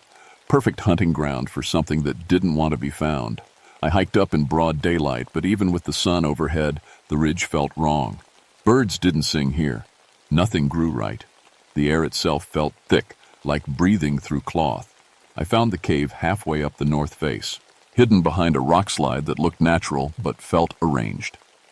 Inside, my flashlight showed a chamber that stretched back farther than my beam could reach. The walls were covered with photographs, badges, personal items, trophies, ranger badges going back 40 years, wedding rings, watches, driver's licenses from people who'd disappeared without a trace, and photos of families, wives, children, all the people who'd been used as leverage in previous games. In the center of the chamber, Linda was tied to a wooden chair, unconscious but breathing. Around her, candles burned in a perfect circle. The whole setup looked like a ritual, like I was expected. Welcome to the game, Tom. The voice came from everywhere and nowhere, speaking directly into my head. No sound, just words appearing in my mind. You took her, I said out loud. I borrowed her. Just like I borrowed Mike and all the others. They're part of the test. What test? The creature stepped from the shadows at the back of the cave. Even bigger than I'd seen before, it had to duck under the 12-foot ceiling. Up close, I could see its eyes weren't animal eyes. They were human eyes, but ancient, intelligent, cruel. "The test of worthiness," it said, still speaking in my mind. "For 40 years I've been selecting candidates from your kind. Rangers, police officers, soldiers. People who think they understand courage. What do you want?" "Entertainment. Your kind has such interesting ways of breaking under pressure." Mike lasted almost 3 days before he started begging. The ranger before him broke in 6 hours. You might be different." Images flashed in my head. Scenes of previous games played out like movies. Men and women tortured not with pain, but with impossible choices. Save the family or save strangers. Sacrifice yourself or watch loved ones die. Moral puzzles with no right answers, designed to break the human spirit. "The game is simple," the creature continued. "You have 72 hours to demonstrate that humans can be worthy opponents. Solve my challenges, resist my influence. Must save your mate. Fail, and she joins my collection. And if I win? No one has ever won, but the rules say if you succeed, both of you go free." Linda stirred in the chair, opening her eyes. When she saw me, she tried to speak, but no sound came out. "She can't talk," the creature said. "I've borrowed her voice for the duration of the game, but she can scream. Would you like to hear? Leave her alone. That depends entirely on you." The first challenge was simple. Find 3 hidden objects in the cave system within 6 hours. But as soon as I started searching, the creature began its real attack. It filled my head with visions of Linda dying in hundreds of different ways. It showed me Mike's final moments, the terror in his eyes as he realized what was happening. It forced me to experience the deaths of every ranger who'd played this game before, feeling their fear and pain as if it were my own. But worse than the visions were the truths it showed me about myself. Every mistake I'd made, every person I'd failed to help, every moment of cowardice in my 11 years as a ranger. It took my guilt and shame and amplified them until they felt like physical weight pressing down on me. I found the first object, a silver locket, hidden in a crack in the cave wall. The moment I touched it, I saw the woman it belonged to. Ranger Sarah Mitchell, killed in 1967. She'd lasted 18 hours before breaking. The second object was harder to find, a wedding ring sealed inside a jar of water. When I opened it, I experienced the final thoughts of its owner, a park police officer who'd tried to trade his life for his daughter's. The creature had killed them both anyway. The third object took me 4 hours to locate. A child's toy soldier, hidden in a chamber so deep I had to crawl through passages barely wide enough for my shoulders. When I touched it, I understood. This wasn't a bow, but the challenges at all. It was about breaking me down piece by piece until I couldn't think straight anymore. When I returned to the main chamber with all 3 objects, 12 hours had passed. Linda was awake now, watching me with desperate eyes. The creature sat across from her like they'd been having a conversation. "Excellent work, Tom. But that was just the beginning. Now comes the real test. What do you want?" "I want you to choose. You can save Linda by taking her place in my collection. Become my permanent opponent. Play games with me for the rest of eternity. Or you can walk away free and clear and let me add her to my trophies." I looked at Linda, saw the fear in her eyes, saw her shaking her head. She was trying to tell me to run, to save myself. "There's a third option," I said. "Oh?" "I don't play." I sat down on the cave floor and closed my eyes. "Tom, you don't understand the rules. I understand perfectly. You've been playing this game for 40 years because people keep playing. They accept your challenges, follow your rules, let you decide the terms. But I'm not playing. If you don't play, she dies. Maybe. But I'm not going to let you use her to control me. I'm not going to let you use my fear to make me dance to your tune." The creature's voice grew angry, more insistent. "You have to choose. The game requires willing participants. And I'm not willing." I felt the creature trying to force its way deeper into my mind, trying to show me more visions, more pain. But I'd figured out its weakness. It couldn't actually force anyone to do anything. It could only manipulate, only influence. The power it had came from people giving it power. So I sat in the dark cave, eyes closed, and waited. Hours passed. The creature raged, threatened, showed me horrible visions of what it would do to Linda. But I didn't respond, didn't react, didn't engage. Finally, at exactly 72 hours after the game began, something changed. The oppressive feeling in the cave lifted. When I opened my eyes, the creature was gone. Linda was you, unconscious but breathing, her bonds cut clean through. On the cave wall, someone had carved new words in letters 10 inches tall. First to understand the game never ends. We were found by a search team 2 days later, both of us suffering from dehydration and exhaustion but otherwise unharmed. The official report said we'd gotten lost in a cave system during a search and rescue operation. Linda's memory of the 3 days was completely gone. The doctors said traumatic amnesia, probably for the best. I took early retirement 6 months later. Linda needed full-time care. The experience had broken something in her mind that never healed. She spent her days staring out windows, watching for something that never came. But I know it's still out there. Every few months I'll come home to find something moved in the house. A picture frame turned slightly. A book opened to a different page. Personal items rearranged just enough to notice. It's letting me know the game never really ended. I won one round, but there will always be others.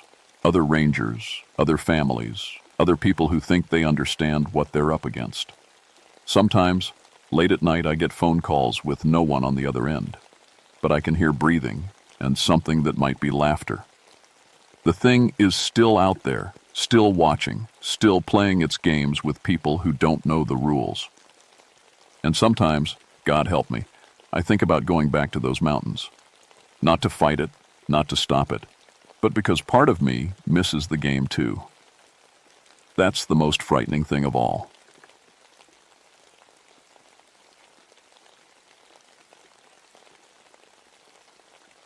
My name is Sarah Mitchell, and I've been a park ranger for 8 years now.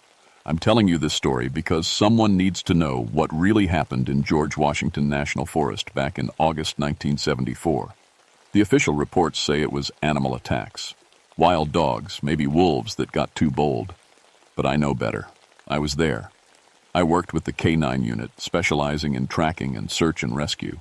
My German Shepherd, Rex, could find a lost hiker from 3 miles away. I thought I knew everything about animal behavior in these woods. I was wrong. It started with the livestock killings.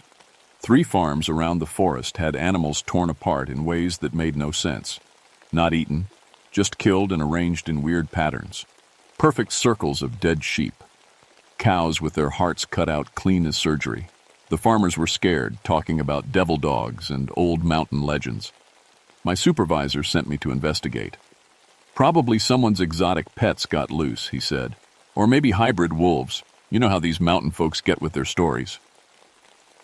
I packed my gear and drove deep into the forest to a spot near Crabtree Falls where most of the attacks happened. The trees were thick here, old growth that blocked out most of the sunlight even at noon. Rex seemed nervous from the moment we got out of the truck. His ears stayed flat and he kept looking over his shoulder. The first farm I visited belonged to Tom Henderson, a man who'd raised cattle for 30 years. He walked me out to where he'd found his prize bull. "Never seen anything like it," he said, his voice shaky. Bull was arranged all neat-like, legs pointing north, south, east, west. Head removed clean, no tooth marks, no claw marks. Just gone. I took pictures and measurements. The cuts were impossibly clean, like someone had used a scalpel. But the tracks around the body were all wrong. They started to at his dog paws, then changed to something that looked almost like human handprints, then back to paws again. "Must be some kind of hybrid animal," I told Tom. "Maybe escaped from a private zoo. We'll track it down." But even as I said it, I felt a chill run down my spine. Rex was growling at something in the tree line, his hackles raised. When I looked, I saw nothing but shadows moving between the trunks. That first night, I camped about a mile from the farm.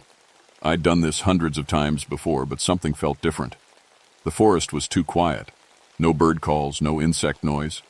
Even the wind seemed muffled. Around midnight, I heard howling, but it wasn't like any wolf or dog I'd ever heard. The sound was wrong, too intelligent, too much like voices talking back and forth.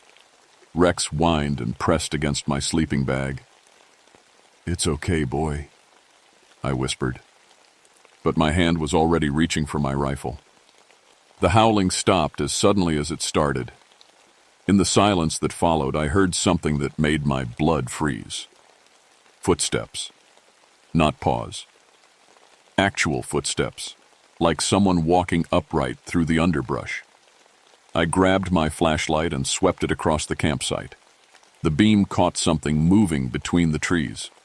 For just a second, I saw what looked like a man standing on his back legs. But he moved like an animal, quick and low. When I blinked, he was gone. "Hello?" I called out. "This is Park Service. Identify yourself." No answer. Just that terrible silence. I didn't sleep the rest of that night. Rex stayed alert too, his ears moving toward every little sound. When morning came, I found tracks all around our campsite. The same impossible prints I'd seen at the farm, sometimes paws, sometimes almost human.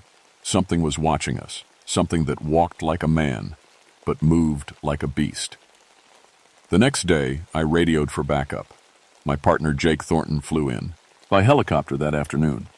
Jake was a good man, steady and practical. He'd been a park ranger for 12 years and had seen everything the wilderness could throw at you. "You look like hell, Sarah," he said, dropping his pack near my tent. "What's got you spooked?" I showed him the pictures and the tracks. He studied them with the same confusion I'd felt. "These are weird," he admitted, "but probably just some kind of hybrid dog, maybe mixed with wolf. You know how breeding programs go wrong sometimes." I wanted to believe him. But that second night, things got worse. We were sitting by the fire, going over maps and trying to figure out where the pack might be denning, when the howling started again. This time it was closer, and there were more voices, at least 6 different animals, calling back and forth like they were having a conversation. "That's not normal pack behavior," Jake said, reaching for his rifle. "Wolves don't vocalize like that." Rex started barking, facing the darkness beyond our fire. Then something answered him. A bark that started like a dog, but ended almost like human laughter. "What the hell?" Jake whispered. That's when we saw them, eyes reflecting our firelight from the tree line.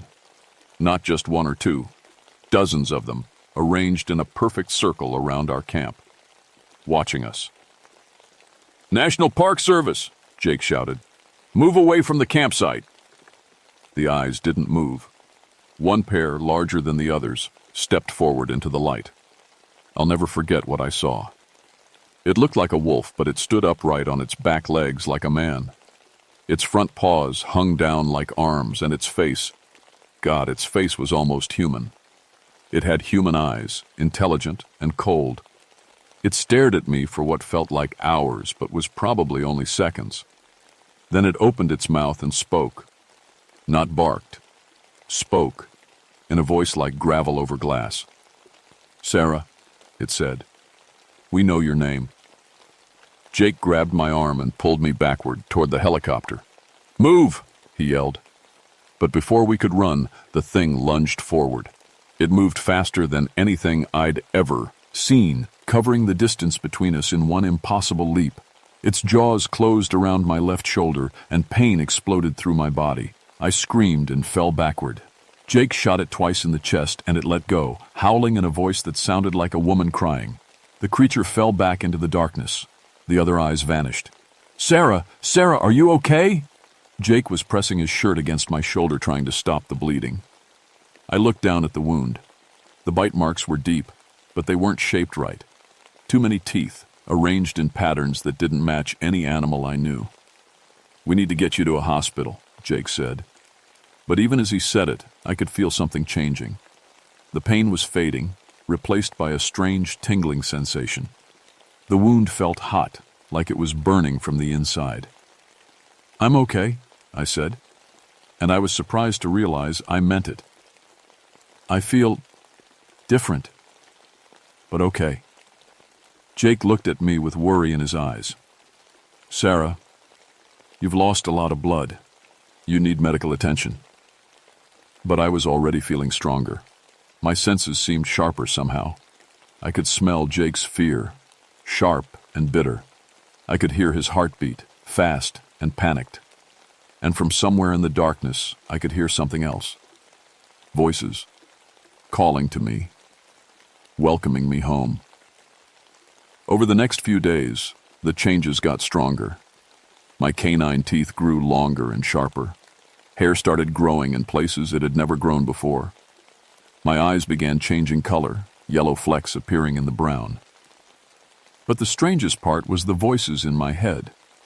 Not my voice, other voices talking in a language I somehow understood. They told me about the pack, about their history in these mountains. They'd been here since before the Cherokee, they said. Guardians of the forest, protectors against the humans who came to destroy. Jake tried to get me to leave, to see a doctor, but I refused. I felt more alive than I ever had. My senses were incredibly sharp. I could track a deer from 5 miles away. I could hear conversations happening in the ranger station 20 miles south. And I was hungry. Hungry for things I'd never wanted before. On the 5th night after the bite, I woke up to find myself standing in the forest, still in my pajamas. I had no memory of leaving the tent. My hands and mouth were covered in blood, and scattered around me were the remains of a rabbit. A rabbit I had apparently caught and eaten raw. Jake found me there at dawn. "Sarah," he said, his voice shaking. "What happened to you?" I tried to explain, but the words wouldn't come. How could I tell him that the rabbit had tasted better than anything I'd ever eaten? How could I explain that I'd heard its heartbeat from 100 yards away and stalked it like I'd been doing it my whole life? "You need help," he said. "This isn't normal. People don't just change like this." But I was changing. Every day. Every hour. My body was getting stronger, my senses sharper. And the pack was calling to me more clearly now. They wanted me to join them, to hunt with them, to feed with them. That night, I finally met them properly. They came to our camp while Jake was sleeping. 6 of them, walking upright like men, but moving with the grace of wild animals. The one who had bitten me was their leader, a female who had once been human, I realized. She still wore the tattered remains of a park ranger uniform. "Hello, Sarah," she said in that gravelly voice. "I'm Rebecca. I used to be like you. 16 years ago, I was investigating animal attacks in these same woods." She told me their story. They were all humans once, hikers, rangers, hunters who had stumbled onto the pack's territory. The bite changed them, made them part of something bigger. A family bound together by hunger and instinct. "Humans think they own these forests," Rebecca said. "They come here to cut down trees, to hunt for sport, to build their cabins and roads, but this land was never theirs. We keep the ball, hunts." I looked at Jake, sleeping peacefully by the dying fire. He trusted me to keep watch, to protect him. "What about my partner?" I asked. Rebecca smiled, showing teeth that were far too sharp. "He'll join us soon enough. But first, you need to prove yourself. You need to hunt." They led me deeper into the forest, to a small camping area where a family had set up for the weekend. Mom, Dad, 2 teenage kids. They were cooking dinner over their camp stove, talking and laughing. They looked so innocent, so unaware of what was coming. "This is wrong," I said. But even as I spoke, I could smell their fear beginning to build. One of them had noticed something moving in the trees. "Is it wrong?" Rebecca asked. "Or is it natural? You're a predator now, Sarah. This is what predators do." The hunger rose in me then, stronger than anything I'd ever felt. These people were trespassers, invaders. They didn't belong in our forest. Our forest. When had I started thinking of it that way? The attack happened fast. The pack moved as one, surrounding the family before they could run.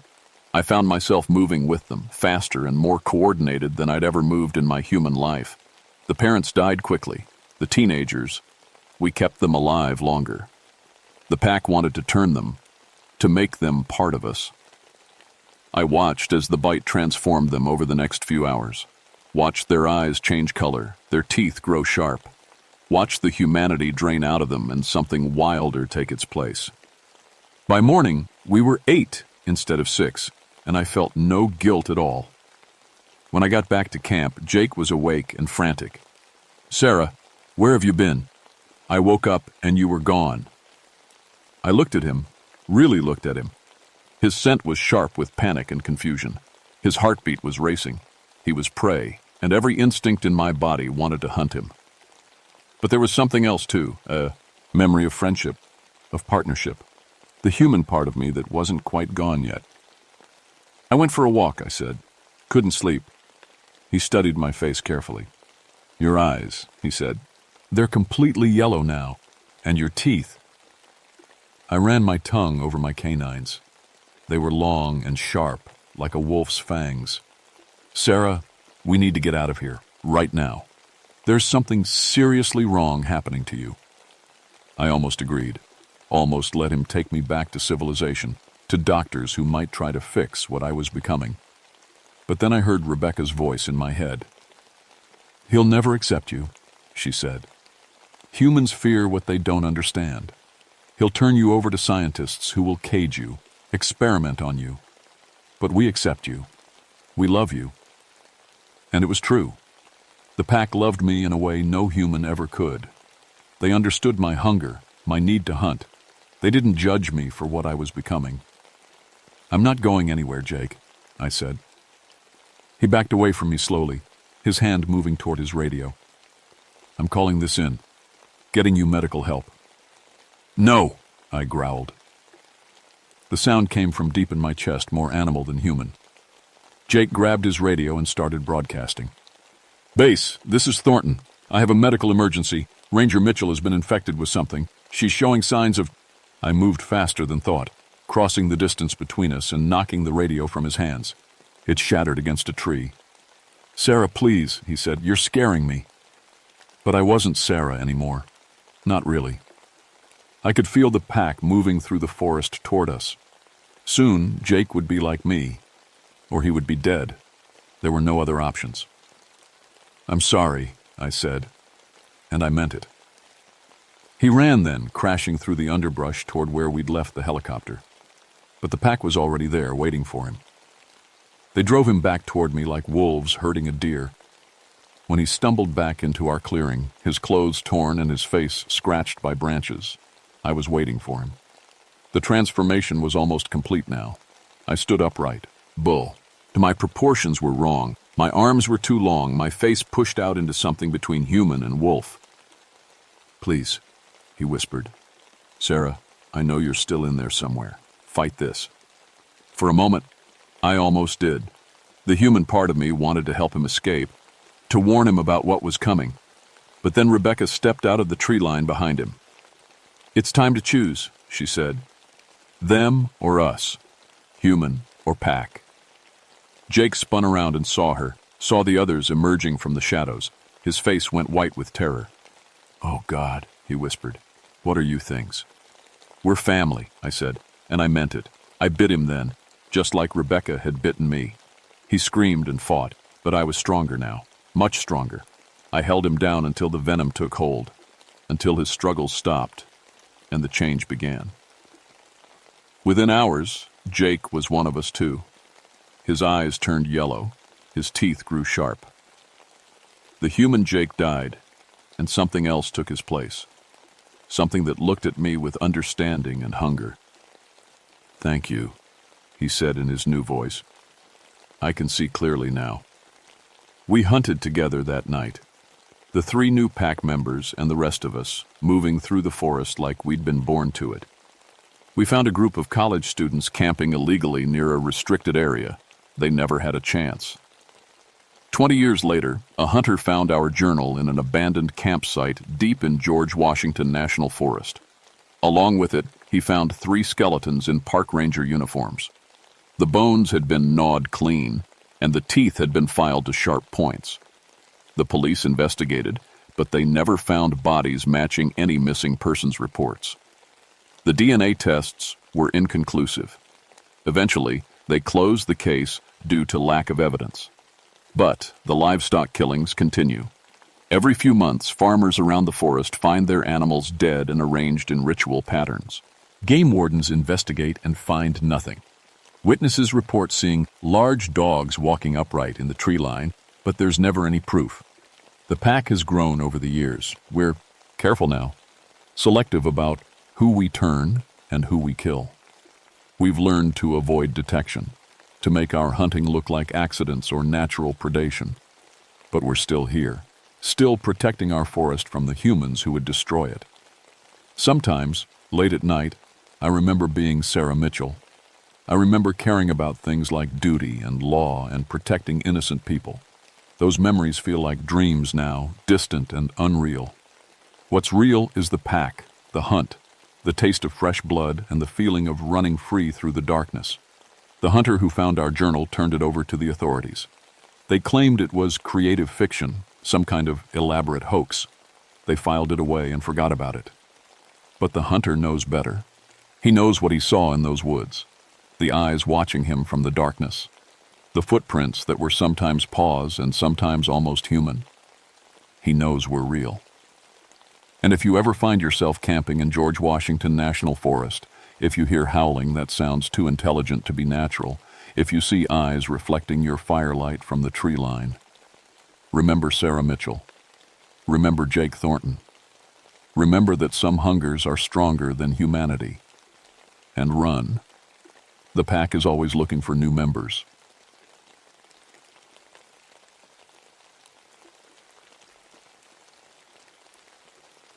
My name is Helen Vasquez, and I'm about to tell you something that will change how you think about caves forever. I'm 78 years old now, sitting in my small apartment in Louisville. My hands shake when I pour coffee, and my voice cracks when I talk too long. But my memory? My memory of December 1963 is crystal clear. Every word, every sound, every terrible moment. For 30 years, I've kept quiet about what happened at Mammoth Cave. The government men who threatened me are all dead now. Their files are buried in some basement somewhere, so I'm going to tell you the truth about Ranger Jack Morrison and what we found in those caves. Back then, I was the radio dispatcher for Mammoth Cave National Park, 25 years old, fresh out of training, proud of my job. I sat in a small office with 3 radios, a logbook, and a thermos of coffee that never seemed to empty. My job was simple. Keep track of the rangers, make sure they checked in every few hours, and call for help if something went wrong. Jack Morrison was one of our best. 15 years on the job, knew every tunnel and chamber in the cave system. He could navigate underground in complete darkness, had rescued dozens of lost tourists, and never missed a radio check-in. Never. He was supposed to do a routine winter patrol that December. Tourist season was over, caves were mostly empty, just checking for damage from the recent freeze. Should have been easy work for someone like Jack. The weather was cold that week. Real cold. The kind that makes your breath fog up indoors and turns cave moisture into ice sculptures. Jack mentioned it during his morning check-in on December 15th. "Morning, Helen." His voice crackled through the radio at exactly 8 a.m. "Heading into frozen Niagara today. Temperature dropped another 10 degrees overnight." "Copy that, Jack. Stay warm down there. Next check-in at noon?" "You got it." And Len? Thanks for the extra batteries yesterday. My flashlight's been acting funny lately. That was the last normal conversation we ever had. I remember sitting there that morning, doing paperwork, listening to the other rangers chat on their frequencies. Everything felt normal, safe. The biggest worry on my mind was whether I'd packed enough sandwiches for lunch. Jack was methodical about everything. His equipment was always perfect, his routes planned down to the minute, his check-ins precise. In 3 years of dispatching, he'd never been more than 5 minutes late for a radio call. So when noon came and went without hearing from him, I started to worry. By 12:15, I was calling his name on the radio every few minutes. By 12:30, I was checking with the other rangers to see if anyone had heard from him. By 1 p.m., I was ready to call for a search team. That's when his voice finally came through the radio. but something was wrong with it. Helen? Jack's voice sounded different, strained, like he'd been running or maybe scared. Jack! Thank God! You're 15 minutes late. Everything okay down there? There was a pause. Static filled the silence, and I could hear something else in the background. A sound I couldn't identify. Yeah, I'm fine. Just got turned around for a minute. Jack Morrison didn't get turned around. Ever. What's your location? Frozen Niagara, main chamber. Helen, I need to ask you something. What time do you have? I looked at the clock on the wall. 1:03 p.m. Another pause. My watch says 12 exactly, and it's not broken. A chill went down my spine that had nothing to do with the weather. Jack, maybe your watch stopped. No, Helen. I've been watching it. The second hand is moving, but it keeps coming back to 12 o'clock. Every time. I didn't know what to say to that. I wrote it down in my log book. 1:03 p.m. Ranger Morrison reports watch. Malfunction. Are you feeling all right? Maybe you hit your head or something? I'm fine, just... The cave looks different today. The ice formations. They're not where they should be, and they're moving. Moving how? Like they're growing. Real slow, but I can see them changing shape. And Helen? They're making noise. What kind of noise? Humming. Like someone singing, but far away. Mathematical, if that makes sense. It didn't make sense. None of it made sense. But Jack had never lied to me. Never made up stories. Jack, I want you to head back to the entrance. Something's not right. Copy that. I'll start heading back now. Next check-in at 2 p.m. The line went quiet, but I kept the channel open, listening to static and that strange humming sound Jack had mentioned. It was faint, but it was there. At 2 p.m. sharp, Jack called in again, but when I looked at the clock, it was 2:17. Helen, I'm still in frozen Niagara. I've been walking toward the entrance for an hour, but I keep ending up back here. That's impossible, Jack. You know those tunnels better than anyone. I know. But look, I found something. There's equipment here. Old gear, looks like it's been here for years. My blood ran cold. What kind of equipment? Ropes, flashlights, a backpack with someone's initials. TR, and there's a date carved into the cave wall. 1961. I knew those initials. Tommy Richardson. He'd gone missing 2 years ago during a routine cave survey. We'd searched for weeks but never found any trace of him. Jack, get out of there, now. I'm trying, Helen, but something's wrong with my compass. Instead of pointing north, the needle is drawing shapes. Perfect circles, triangles, squares. The humming sound was getting louder on the radio now. I could hear it clearly, and it was making my teeth ache. Jack, your voice is breaking up. Say again? I said the walls are breathing, Helen. I can see them moving in and out, like lungs, and there's writing on them, numbers and symbols I don't recognize. That's when I heard the first scream. It wasn't Jack screaming. It woo as something else, something that didn't sound human. A shriek that came through the radio so loud I had to cover my ears. When it stopped, Jack was whispering. Helen, it knows I'm here. The next few hours were a nightmare that I still dream about today. Jack's radio calls started coming in wrong. I'd get his 4 p.m. check-in at 3:30, then his 3 p.m. call would come through at 4:15. Time seemed broken down there, like a clock with all its gears mixed up. Helen, I can see it now, Jack whispered during one transmission. I'm not sure which one. By then I'd stopped trying to keep track of time. It's huge, moving through the rock like it's water. What is it, Jack? I don't know. It's made of angles that don't exist. When I look at it straight on, my eyes hurt and my nose bleeds. I could hear something in the background of his transmission. Footsteps, but they were coming from above him. Jack, are you on the cave ceiling? No, I'm on the floor. But gravity's not working right down here. I dropped my water bottle and it fell up. I was writing everything down, but my hands were shaking so bad I could barely hold the pencil. The other rangers had gathered around my radio listening to Jack's transmissions. Nobody spoke.